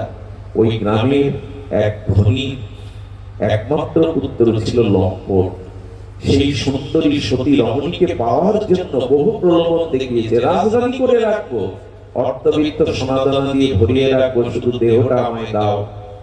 আজকে উপযাজক হয়ে এই সতী তার কাছে গেল, তাকে নমস্কার দিয়ে বললেন, আমি আমার দেহ বিক্রি করতে এসে আপনার কাছে।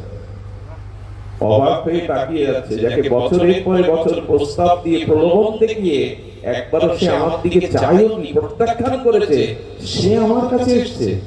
কি চাই তোমার বলো? বলে 25 জন ভক্ত সেবার উপচার লাগবে, আমি কথা দিচ্ছি এই উপচার দিয়ে সেবা হয়ে গেলে আজ নিশিতে আমি আমার শরীর তোমার কাছে বিক্রি করে বন্ধক রেখে গেলাম। বলে 25 জন কেন, 25 শ্লোকের যা লাগে আমি পাঠিয়ে দিচ্ছি। তার সেবকদের দিয়ে উপচার পাঠালে, রন্ধন হলো, ভোগারতি হলো, গুরুদেব সেবা পেলেন। সন্ধ্যাবেলায় গুরুদেব বললেন, মারে আজকে রাত্রে কোথাও যাব না রে, এইখানেই ভজন সাধন করে কাটিয়ে কাল প্রভাতেই যাব। সবই গুরুদেবের ইচ্ছা। একটা জিনিস জানবেন, চোরের বাড়িও বাড়ি আছে, চোরেরও ব্যাংকে টাকা পয়সা আছে, সন্ত্রাসী ডাকাতে তাদের ঘরেও সুন্দরী স্ত্রী আছে। এটা যদি একজন মানুষের থাকে, সব মানুষের থাকে, তবে দুইজন তো সমান হয়ে গেল। তার স্ত্রী আছে, পুত্র কন্যা আছে, বাড়ি গাড়ি টাকা সম্পদ আছে। যদি একজন মানুষেরও তো তাই থাকে, তাহলে দস্যু আর এই সাধারণ তার মধ্যে পার্থক্য গেল। পার্থক্য কি জানেন? চোর সৌভাগ্যবান না, সেই গৃহী সৌভাগ্যবান। কেন? চোরের বাড়িতে সাধুগুরুর চরণ ধুলি পড়ে না। যে ব্যক্তির বাড়িতে সাধুগুরু বৈষ্ণবের সেবা চরণ ধুলি পড়ে, সেই গৃহই ধন্য। পার্থক্য শুধু ভাগ্যের এইটুকুই। সেই দুরাচারী লম্পট পাঠিয়ে দিল, স্বামীকে ঘরে রেখে স্ত্রী কি বলছে জানেন? এই জীবন যৌবন ব্রহ্মাকে সাক্ষী করে, বেদকে সাক্ষী রেখে তোমার চরণে বিলিয়ে দিয়েছি। আজ একটা অপরাধ করেছি, তোমাকে না জানিয়ে তোমারই সম্পদ এই দেহটা আমি একজনের কাছে বন্ধক রেখে এই গুরু সেবার উপচার এনেছি, আমি ক্ষমা করো। স্বামী দুটো হাত জড়িয়ে ধরে বলল, আমি জানি না বিধাতা আমার আহ্বান প্রার্থনা রাখবে কিনা। যদি কোনো জন্মে জগতে আসি, যেন তোমার মতো স্ত্রী জন্মে জন্মে পায়। তুমি বলছো কথা? বলে, হ্যাঁ গো, তুমি গুরুদেবের কৃপা বুঝতে পারোনি। আরে যা দ্রব্য সৎ গুরুদেবের সেবায়, ভগবানের সেবায় লাগে, সে কি লম্পট হতে পারে? সে মহাপুরুষ।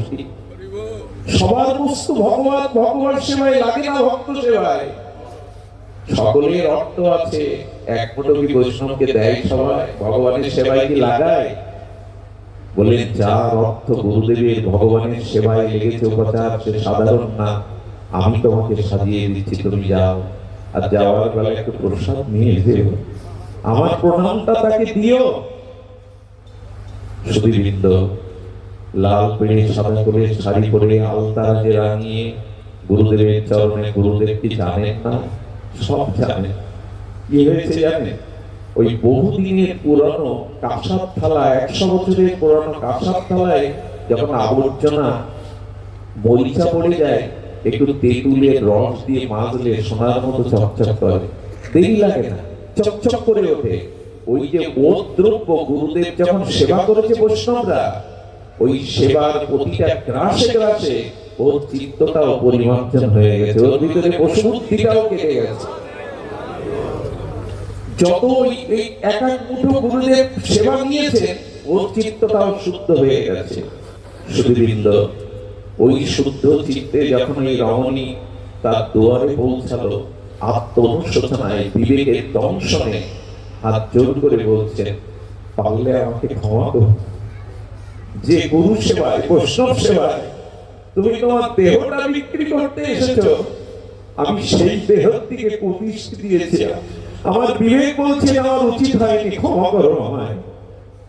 এই দিক থেকে তার মাতৃত্ব জেগে গেল, পশুবুদ্ধি চলে গেল এবং বলল, পারলে তোমার শ্রী গুরুদেবের চরণে আমাকে নিয়ে চলো, যাতে আমি মানুষ হতে পারি। এই মানুষটা তার জীবন যৌবনের অর্থ শ্রী গুরু চরণে নিবেদন করে ভক্ত হয়ে গেছিল। এই জন্য জীবন পরশ পাথরের মতো বদলে দেওয়ার একটাই হলো এই সাধু সঙ্গ। এই গুরু সেবা, বৈষ্ণব সেবা, শুদ্ধ ভক্ত সঙ্গ, এগুলি পরশ পাথরের মতো জীবন বদলে দেয়। গুরু কৃপা ছাড়া, মহৎ কৃপা ছাড়া জীবন পরিবর্তন হয় না। তাই ভগবানের সাথে সম্বন্ধ করে কর্তব্য করুন। ভগবান বলেছিলেন, আমার সেবা বড় নয়, আমার ভক্ত সেবাই বড়। যে আমাকে পূজা করে সে শ্রেষ্ঠ পূজক নয়, যে আমার ভক্তকে সম্মান করে, ভক্তকে পূজা করে, সেই আমার কাছে প্রিয় ভক্ত এবং শ্রেষ্ঠ পূজারী। তাই জীবন পরিবর্তনের একটাই পথ, এই সাধু সঙ্গ, ভক্ত সঙ্গ, এই ভাগবত শ্রবণ কীর্তন, এগুলি ভজনের অঙ্গ। একটি বীজ বপন করে তাকে জল সিঞ্চন করতে হয়, তাকে উপযুক্ত পরিচর্যা করতে হয়, না হলে বৃক্ষের রূপ নেয় না, অঙ্কুরোদ্গম হয় না। তেমনি দীক্ষা নিয়ে ভগবানের সম্বন্ধ করে একটা সম্বন্ধের সাথে কর্তব্য পালন করতে হবে। ঘরে আমার পুত্রকে, আমার স্ত্রীকে, আমার পিতামাতাকে আমি যে চোখে দেখি, ভগবানকেও যেন আমি একটা সম্পর্ক নিয়ে ভালোবাসতে পারি। এর নাম অভিদেহ। আর প্রয়োজন বলেই আমি পাঠ বিশ্রাম রাখছি। প্রয়োজন হলো প্রেম। প্রয়োজন এই জগতে অন্য কিছু না, প্রয়োজন ভগবানও নয়, প্রয়োজন প্রেম। কারণ প্রেম থাকলে ভগবান তার দুয়ারে আসবে। এই জন্য এই হৃদয়ে প্রেম হবে কি করে? না এই শ্রবণ কীর্তন সাধু সঙ্গের দ্বারা। যখন জীবনে ভজন আসবে, ভজনের দ্বারা অনর্থ নিবৃত্তি আসবে, অনর্থ নিবৃত্তির দ্বারা নিষ্ঠা আসবে, নিষ্ঠার থেকে রুচি আসবে, রুচি থেকে আসক্তি আসবে, আসক্তি থেকে ভাব আসবে, ভাব পরিপক্ক দশায় গিয়ে ভক্তিতে রূপ নেবে, আর ভক্তি পরিপক্ক দশায় ক্রমোন্নতিতে প্রেমে রূপ নেবে। এই জন্য প্রথমেই প্রয়োজন সাধু সঙ্গ, প্রথমেই প্রয়োজন শ্রদ্ধার সহিত সাধু সঙ্গ। আর সাধু সঙ্গ করে আমার জীবনে যেন ভজন আসে, আর এই ভজনের দ্বারাই আমার অনর্থ পাপ নিবৃত্তি হবে, অপরাধ নিবৃত্তি হবে। এরপরে নিষ্ঠা, রুচি, ভক্তি ভাব, প্রেম। এই জন্য সম্বন্ধটা গুরুদেব করে দিয়েছে, এখন কর্তব্যটা আপনার হাতে। একটু তার দুয়ারে যান, তাকে একটু সুখ দিন, তাকে একটু সেবা দিন, তার কথা অন্তত একটু মনে করুন, একটু স্মরণ করুন, তার চিন্তন করুন। যদি হাতে সময় না থাকে, মনে মনে সেবা করুন। মনে পড়ে অদ্বৈত আচার্যের 6 জন পুত্র, এই মহাবিষ্ণু অবতার, সদাশিব অবতারের আচার্য প্রভু শান্তিপুর পুরন্দর কমলাক্ষ ঠাকুর, সেই অদ্বৈত আচার্যের পুত্র তখন ছোট কৃষ্ণদাস। একদিন মা লাঠি তুলে কৃষ্ণদাসকে মারতে উদ্যত হয়েছে। ছোট কৃষ্ণদাস অদ্বৈত প্রভুর কোলে উঠে বলছে, বাবা, মা আমাকে মারবে বলে এই লাঠি হাতে, যষ্টি হাতে দিচ্ছে, বলে কি করেছিস? অদ্বৈত ঘরণী সীতা ঠাকুরানী এসে বলছেন, ওকে ছেড়ে দাও, আমি 5টা চাপা সৌদি কলা রেখেছিলাম, আমার গৌর আসবে, তাকে সেবা দেব। আরে আমি স্নান করতে গেছি, ও চুরি করে খেয়ে ফেলেছে। আমার গৌরের রাখা এই চাপা সবজি কলাগুলো খেয়ে ফেলেছে, ওকে আজ আমি শাসন করবই। অদ্বৈত বললেন, কৃষ্ণদাস, মায়ের রেখে দেওয়া গৌর সেবার দ্রব্য এই চাপা সবজি কলা পেয়েছো তুমি? বলে, আমি তো গৌরকে দিয়ে পেয়েছি। ওইটুকু বালকের মুখে এই কথা শুনে অদ্বৈত আচার্য যুগে বুকে জড়িয়ে ধরলেন। গৌরকে দিয়েছি মানে? বলে, মনে মনে আমার গৌরকে নিবেদন করেই তো আমি পেয়েছি। যদি হাতে সময় না থাকে ঠাকুর ঘরে যাওয়ার, অন্তত মনে মনে তো তাকে সেবা পরিচর্যা করুন। মনে মনে মালা গাঁথুন, মনে মনে তাকে পড়ান, মনে মনে তাকে শৃঙ্গার করুন, মনে মনে তাকে একটু সেবা লাগান। মনেও যদি আপত্তি থাকে, আর হবেটা কি? অফিসে আছেন, দোকানে আছেন, দুপুর হয়েছে, ভগবানকে একটু মনে মনে সেবা দিন, মনে মনে শৃঙ্গার করুন। মনেই তো সবকিছুই, ভজন সাধন সব মনে। শুধুবৃন্দ বাইরের সময়ের অভাব হলে মনে এটা করুন। এই দেখুন, কৃষ্ণদাস বলছে মনে মনে দিয়েছে। কি লীলা মহাপ্রভু! এর আধা ঘন্টা পর গৌর হরি এলেন। গৌর হরি আসার পরে অদ্বৈত আচার্যের সামনে, সীতা ঠাকুরের সামনে একটা ঢেকুর উদ্গীরণ করলেন। যখন মহাপ্রভু সেই ঢেকুরটা উদ্গীরণ করলেন, ভগবান তো সচ্চিদানন্দময় প্রেমতনু, তো ওই চাপা সৌরি কলার দিব্য গন্ধটা বাড়ির আঙিনায় ভরে গেল চারিদিকে। আরে প্রভু, আজকে কি সেবা নিয়েছো? এত দিব্য চিন্ময় গন্ধ, চাপা সৌরি কলার গন্ধ বেরোচ্ছে। বলে, আজ আর তোমাদের হাতে কিছু পাবো না, কৃষ্ণদাস আমাকে 5-5টা চাপা সৌরি কলা পাইয়েছে। এই দেখুন, ভগবানের হাত সবখানে আছে। সহস্র শীর্ষ পুরুষ সহস্র সাক্ষ ভূমিং সর্বতত্ত্বাতিষ্ঠদাঙ্গুলাম। ভগবান যেখানে হাত বাড়াবেন ওনার হাত আছে, এমন নয় আপনাকে বৃন্দাবনে গিয়ে ভগবানের হাতে কিছু দিতে হবে। আপনি যেখানে দাঁড়িয়ে ভগবানকে ডাকবেন, তার কর্ণ সবখানে আছে ওই ডাক শোনার জন্য। কিছু দিলে তার হাত বাড়িয়ে দেবেন তিনি। এই জন্য আমাদের মনে মনেও যেন ভগবানের সেবা হয়।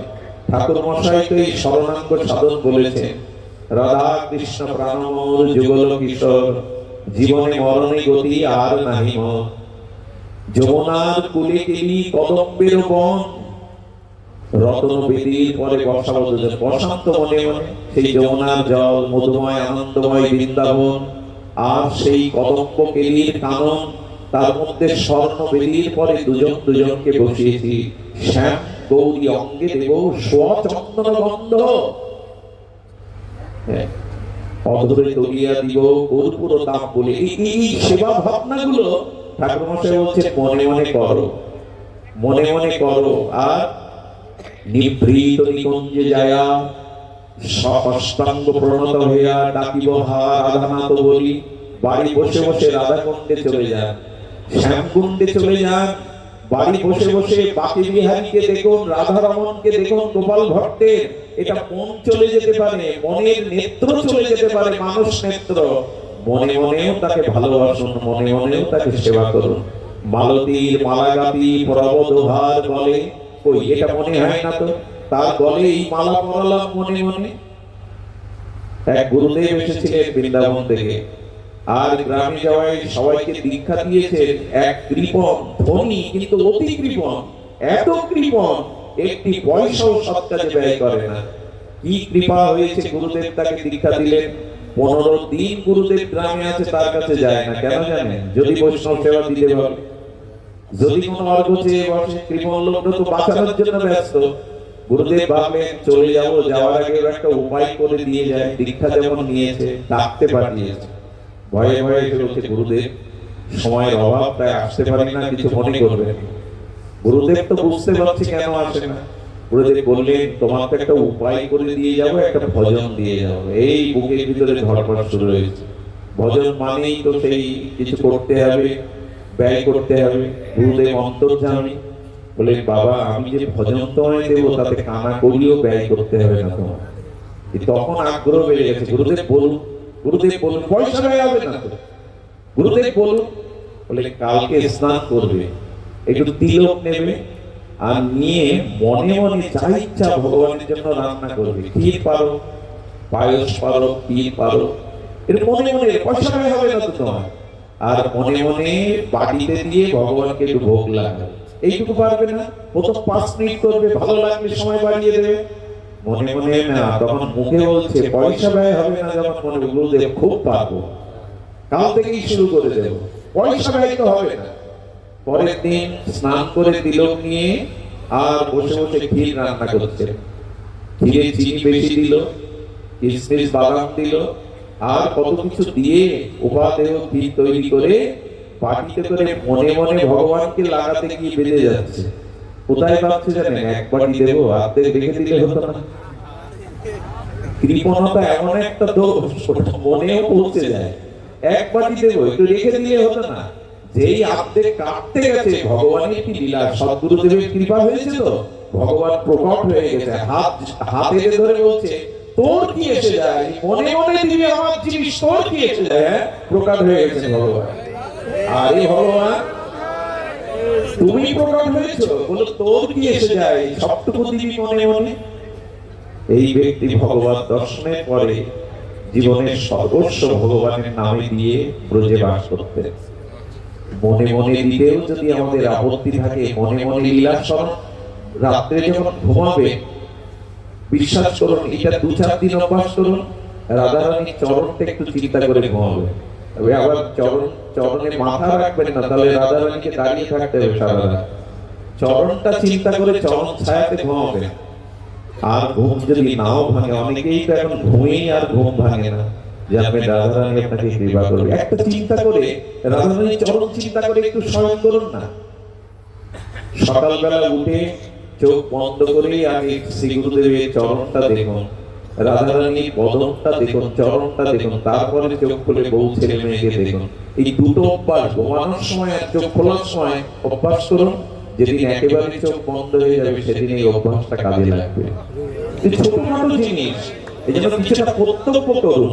অভিধেয় মানে কর্তব্য, আর প্রয়োজন হলো প্রেম। যে ভক্তের হৃদয়ে কিঞ্চিত বিন্দু মাত্র এই ঐকান্তিক নিষ্কাম প্রেম এসেছে, ভগবান সেই প্রেমিক ভক্তের পিছনে ছুটে বেড়ায়। ওইটুকু প্রেমের গন্ধে আমোদিত অলিকুল ভোর যেমন গুঞ্জরিত রাগ রাগিনীতে ফুলের বক্ষে মধু পানের জন্য মত্ত হয়ে আছে, যার হৃদয়ে সামান্য প্রেম আছে, ভগবান সেই ভক্তের পিছনে ছুটে বেড়ায় ওই প্রেমটুকু নেবে বলে। ওই প্রেমের আস্বাদনের জন্য তিনি বড় ব্যাকুল। কিরকম জানেন, ছোট্ট এই দৃষ্টান্ত দিয়েই আজকের পাঠ বিশ্রাম। এক জটা বাবা, তিনি বৃন্দাবনেই বাস করতেন, আর যেতে যেতে হঠাৎ করে তার জটাতে কাঁটা বেঁধে গেছে, গাছের কাঁটা। জটায় যদি কাঁটা বাঁধে, নিজে ছাড়ানো যায় তো পেছনে? ওনার সাথে যেসব ভক্তরা ছিলেন বললেন, বাবা কাঁটাটা ছাড়িয়ে দি। বাবা রাগ করে বললেন, তোরা কি বাঁধিয়েছিস যে তোরা ছাড়াবি, যা চলে যা। যে বাঁধিয়েছে সে যদি ছাড়িয়ে দেয় তবে ছাড়বো, না দাঁড়িয়ে থাকবো। কি বলবো আপনাদের, দুপুর গড়িয়ে গেল, সন্ধ্যা হয়ে গেল, রাতও দাঁড়িয়ে। পরের দিনের সকালে গোবিন্দ মনে করেছেন, আহারে এমন একজন ভক্ত মনে করেছে বৃন্দাবন তো রাধারানী, রাধারানী বাঁধিয়েছেন বলে উনি ছাড়াবেন, না আমি ছাড়াবো না। সারা রাত ওখানে রাধা রাধা করে দাঁড়িয়েছে।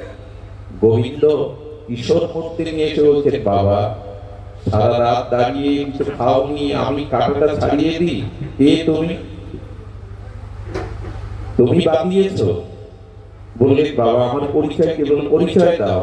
বলে, আমি ব্রজেন্দ্র নন্দন, ত্রিভঙ্গ মুরারি কৃষ্ণ। বললাম, আমার বিশ্বাস হয় না। বিশ্বাস হয় না কেন? বিশ্বাস হয়, কিন্তু দেখেন ভক্তের মাধুর্য দেখেন। বললেন, তুমি কৃষ্ণ, তার প্রমাণ কি? বললেন, প্রমাণ কি করে দেব তোমায়? আমি কৃষ্ণ, আমাকে দেখো। বললেন, আমি বিশ্বাস করি না, কৃষ্ণ সেজে আসতেও পারো, আজকাল তো পেইন্টেড করে আসে। তো বললেন, কি দিয়ে প্রমাণ আছে? আমার বাবা মাকে ডাকি, নন্দ যশোমতী মাকে ডাকি। গোবিন্দ যোগমায়ের তারা নন্দ যশোদাকে হাজির করলেন। জটা বাবা কি বলছে জানেন, নকল বাবা মাও সাজিয়ে আনা যায়, বিশ্বাস করি না। গোবিন্দ বলেছেন বিপাকে। বললেন, আচ্ছা আপনার কি করলে বিশ্বাস হবে আমি গোবিন্দ ব্রজেন্দ্র নন্দন? বিশ্বাস হতে পারে যদি মামি রাধারানীকে নিয়ে আসতে পারো। আসলে ও বসে আছে ওই আশায়, বসে আছে কান টানলে তো মাথা আসবে। গোবিন্দ এসছে যখন, রাধারানী যদি মামে দাঁড়ায়, রাধারানীকে কি গোবিন্দ বলছে, তোমার ভক্তদের অদ্ভুত চরিত্র, আমাকে সে নন্দ বাবাকেও থেকে বিশ্বাস করে না, তুমি না থাকলে আসলে যুগল দেখারই তো ওর ইচ্ছা। রাধারানী বামে দাঁড়ালেন, আপনি থেকেই খুলে গেল, বললেন, আচ্ছা তুমি আমায় আসতে বললো কেন? গোবিন্দই তো তোমার প্রাণনাথ, তো তোমার এটা ছাড়িয়ে দিতে পারতো। বলে, রাধারানী, বৃন্দাবনে তো তুমি ব্রজেশ্বরী, তুমি অধীশ্বরী, তোমাকে পাওয়ার জন্যই তো পড়ে আছে এখানে। সুধীবৃন্দ, এই জন্য তার উপরে যদি সমর্পিত ভাব থাকে তবে পেয়ে যাবেন। সবশেষে বলি, যে ঘটনা আপনাদের বহুবার বলেছি, হাজারবার বলেছি, তবু বিবাহটা যায়নি। তবে শ্রুতিতে স্মৃতিতে এই অমলিন নবনবয়তমান রসায়নমান এই লীলা সম্বন্ধ একটু ভালোবাসা তার প্রতি করুন। সেই মনে পড়ে সেই কথা, বারবার মনে পড়ার কথা। সেই বৃন্দাবনে বর্ষণার এক বাবা, তার তিনটে পুত্র, কিন্তু কন্যা নেই। আর যাদের ঘরে মেয়ে নেয় না তারা বঞ্চিত। একটু জিনিস জানবেন, 10টা পুত্রের কাছে যে ভালোবাসা বাবা না পায়, একটি মেয়ের কাছে সে তাই পায়। আমার খুব মনে পড়ে, জানেন, আমার স্ত্রী যে আমার কাছে বারবার জিজ্ঞাসা করে যে আপনি ঘরে ফিরেছেন কিনা, মেয়েটা ঘুমের মধ্যে বারবার ডেকে ওঠে, মা বাবা এসেছে। ছেলেটার বেলায় আমি এটা বলতে দেখিনি ওর মাকে, ছেলে এই খোঁজটা নেয় না, কিন্তু মা বা মেয়ে খোঁজ নেয় বাবা ঘরে ফিরেছে। বিশ্বাস করুন, যারা এখানে বাবা আছেন তারা দেখবেন, পিতামাতা যারা হয়েছেন, মেয়েটা যতবার আপনার আঘাতে পাশে এসেছে, মলমটা নিয়ে এসেছে, তৃষ্ণার জল নিয়ে এসেছে, ছেলেটা এতটা আসেনি। সেবা ওরাই বোঝে। তাই যে ঘরে মেয়েরা নাই, সে ঘরটা এমনি অভিশপ্ত হয়ে যায়।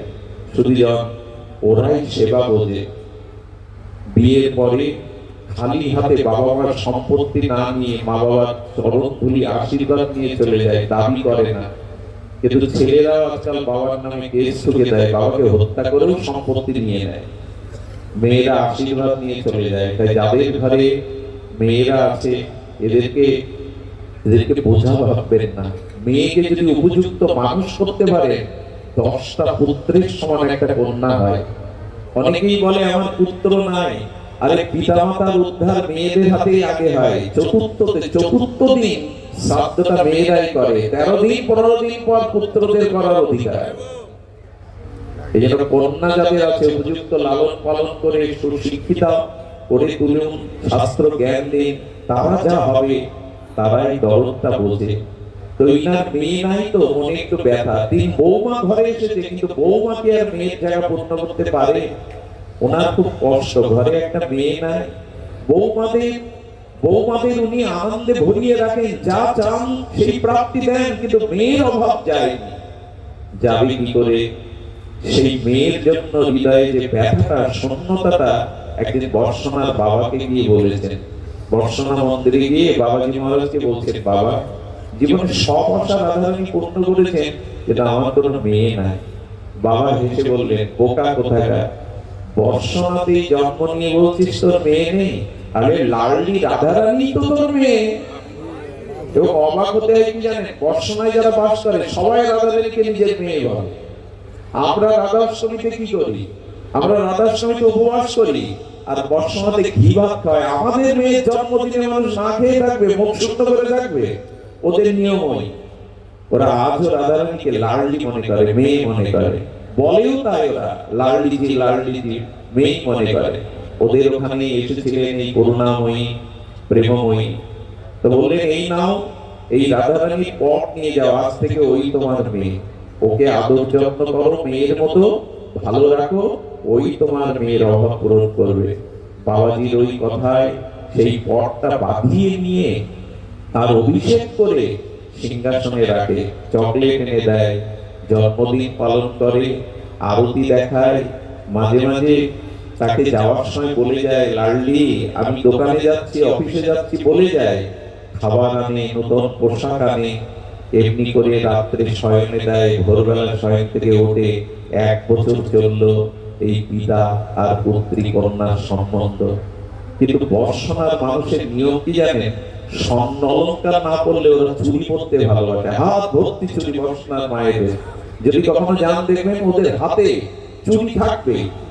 স্বর্ণ অলঙ্কার ওদের প্রিয় না হলেও এক ফেরিওয়ালা চুরিওয়ালা প্রতি মাসে নিত্য নতুন ডিজাইনের চুরি ওই দিন বৌমাকে দিতে আসে।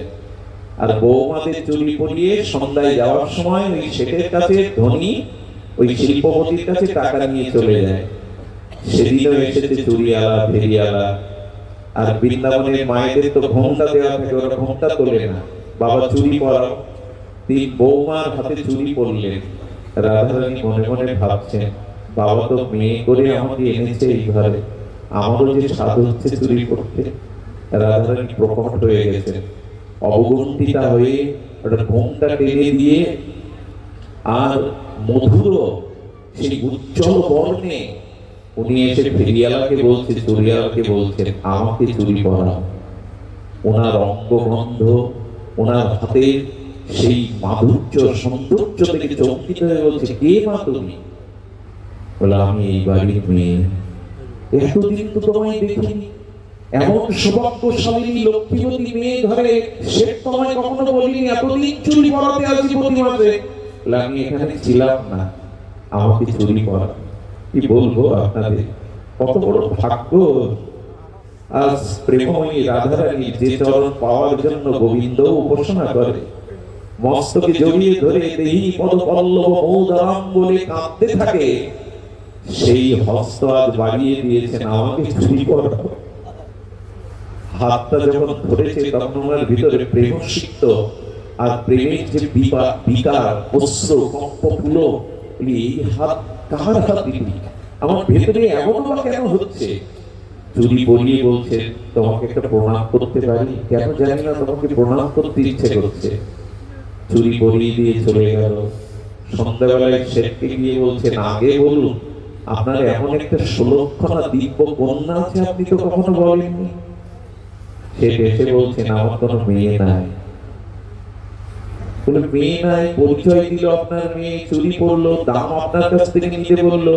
বলে, পাড়া প্রতিবেশী হয়তো কেউ আমার মেয়ের পরিচয় দিয়েছে চুরি করার জন্য।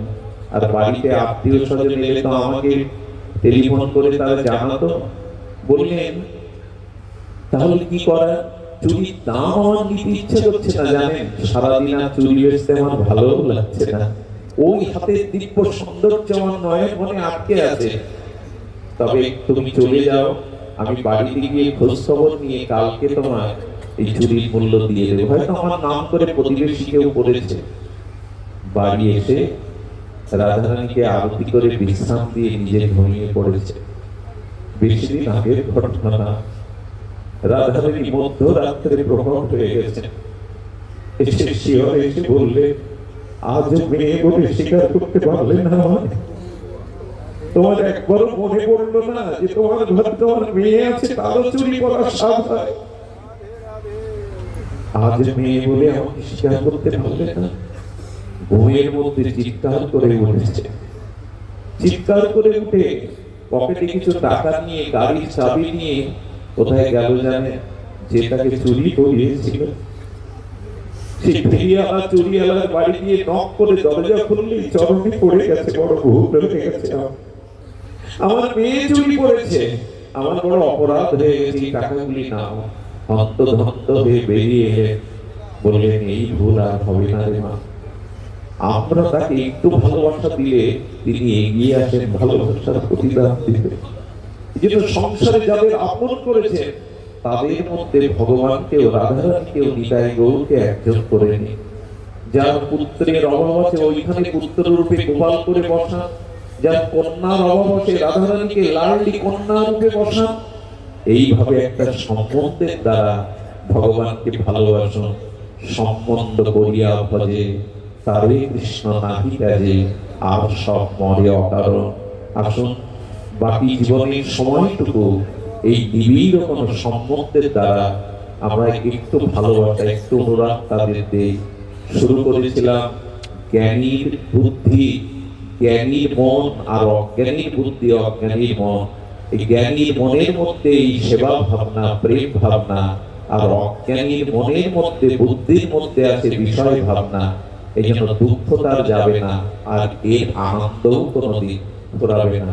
যদি আনন্দ চাই, অমৃত চাই, আসুন আমরা আমাদের বুদ্ধিটা ভগবানের সমর্পণ করি, আমাদের চিত্তে তাকে একটু জায়গা দিয়ে তার সেবা প্রেম ভাবনাটা হৃদয়ে প্রদীপের মতো জ্বালিয়ে রাখি। আপনাদের সবার মঙ্গল কামনা করে, কল্যাণ কামনা করে আজ হরি কথা এখানেই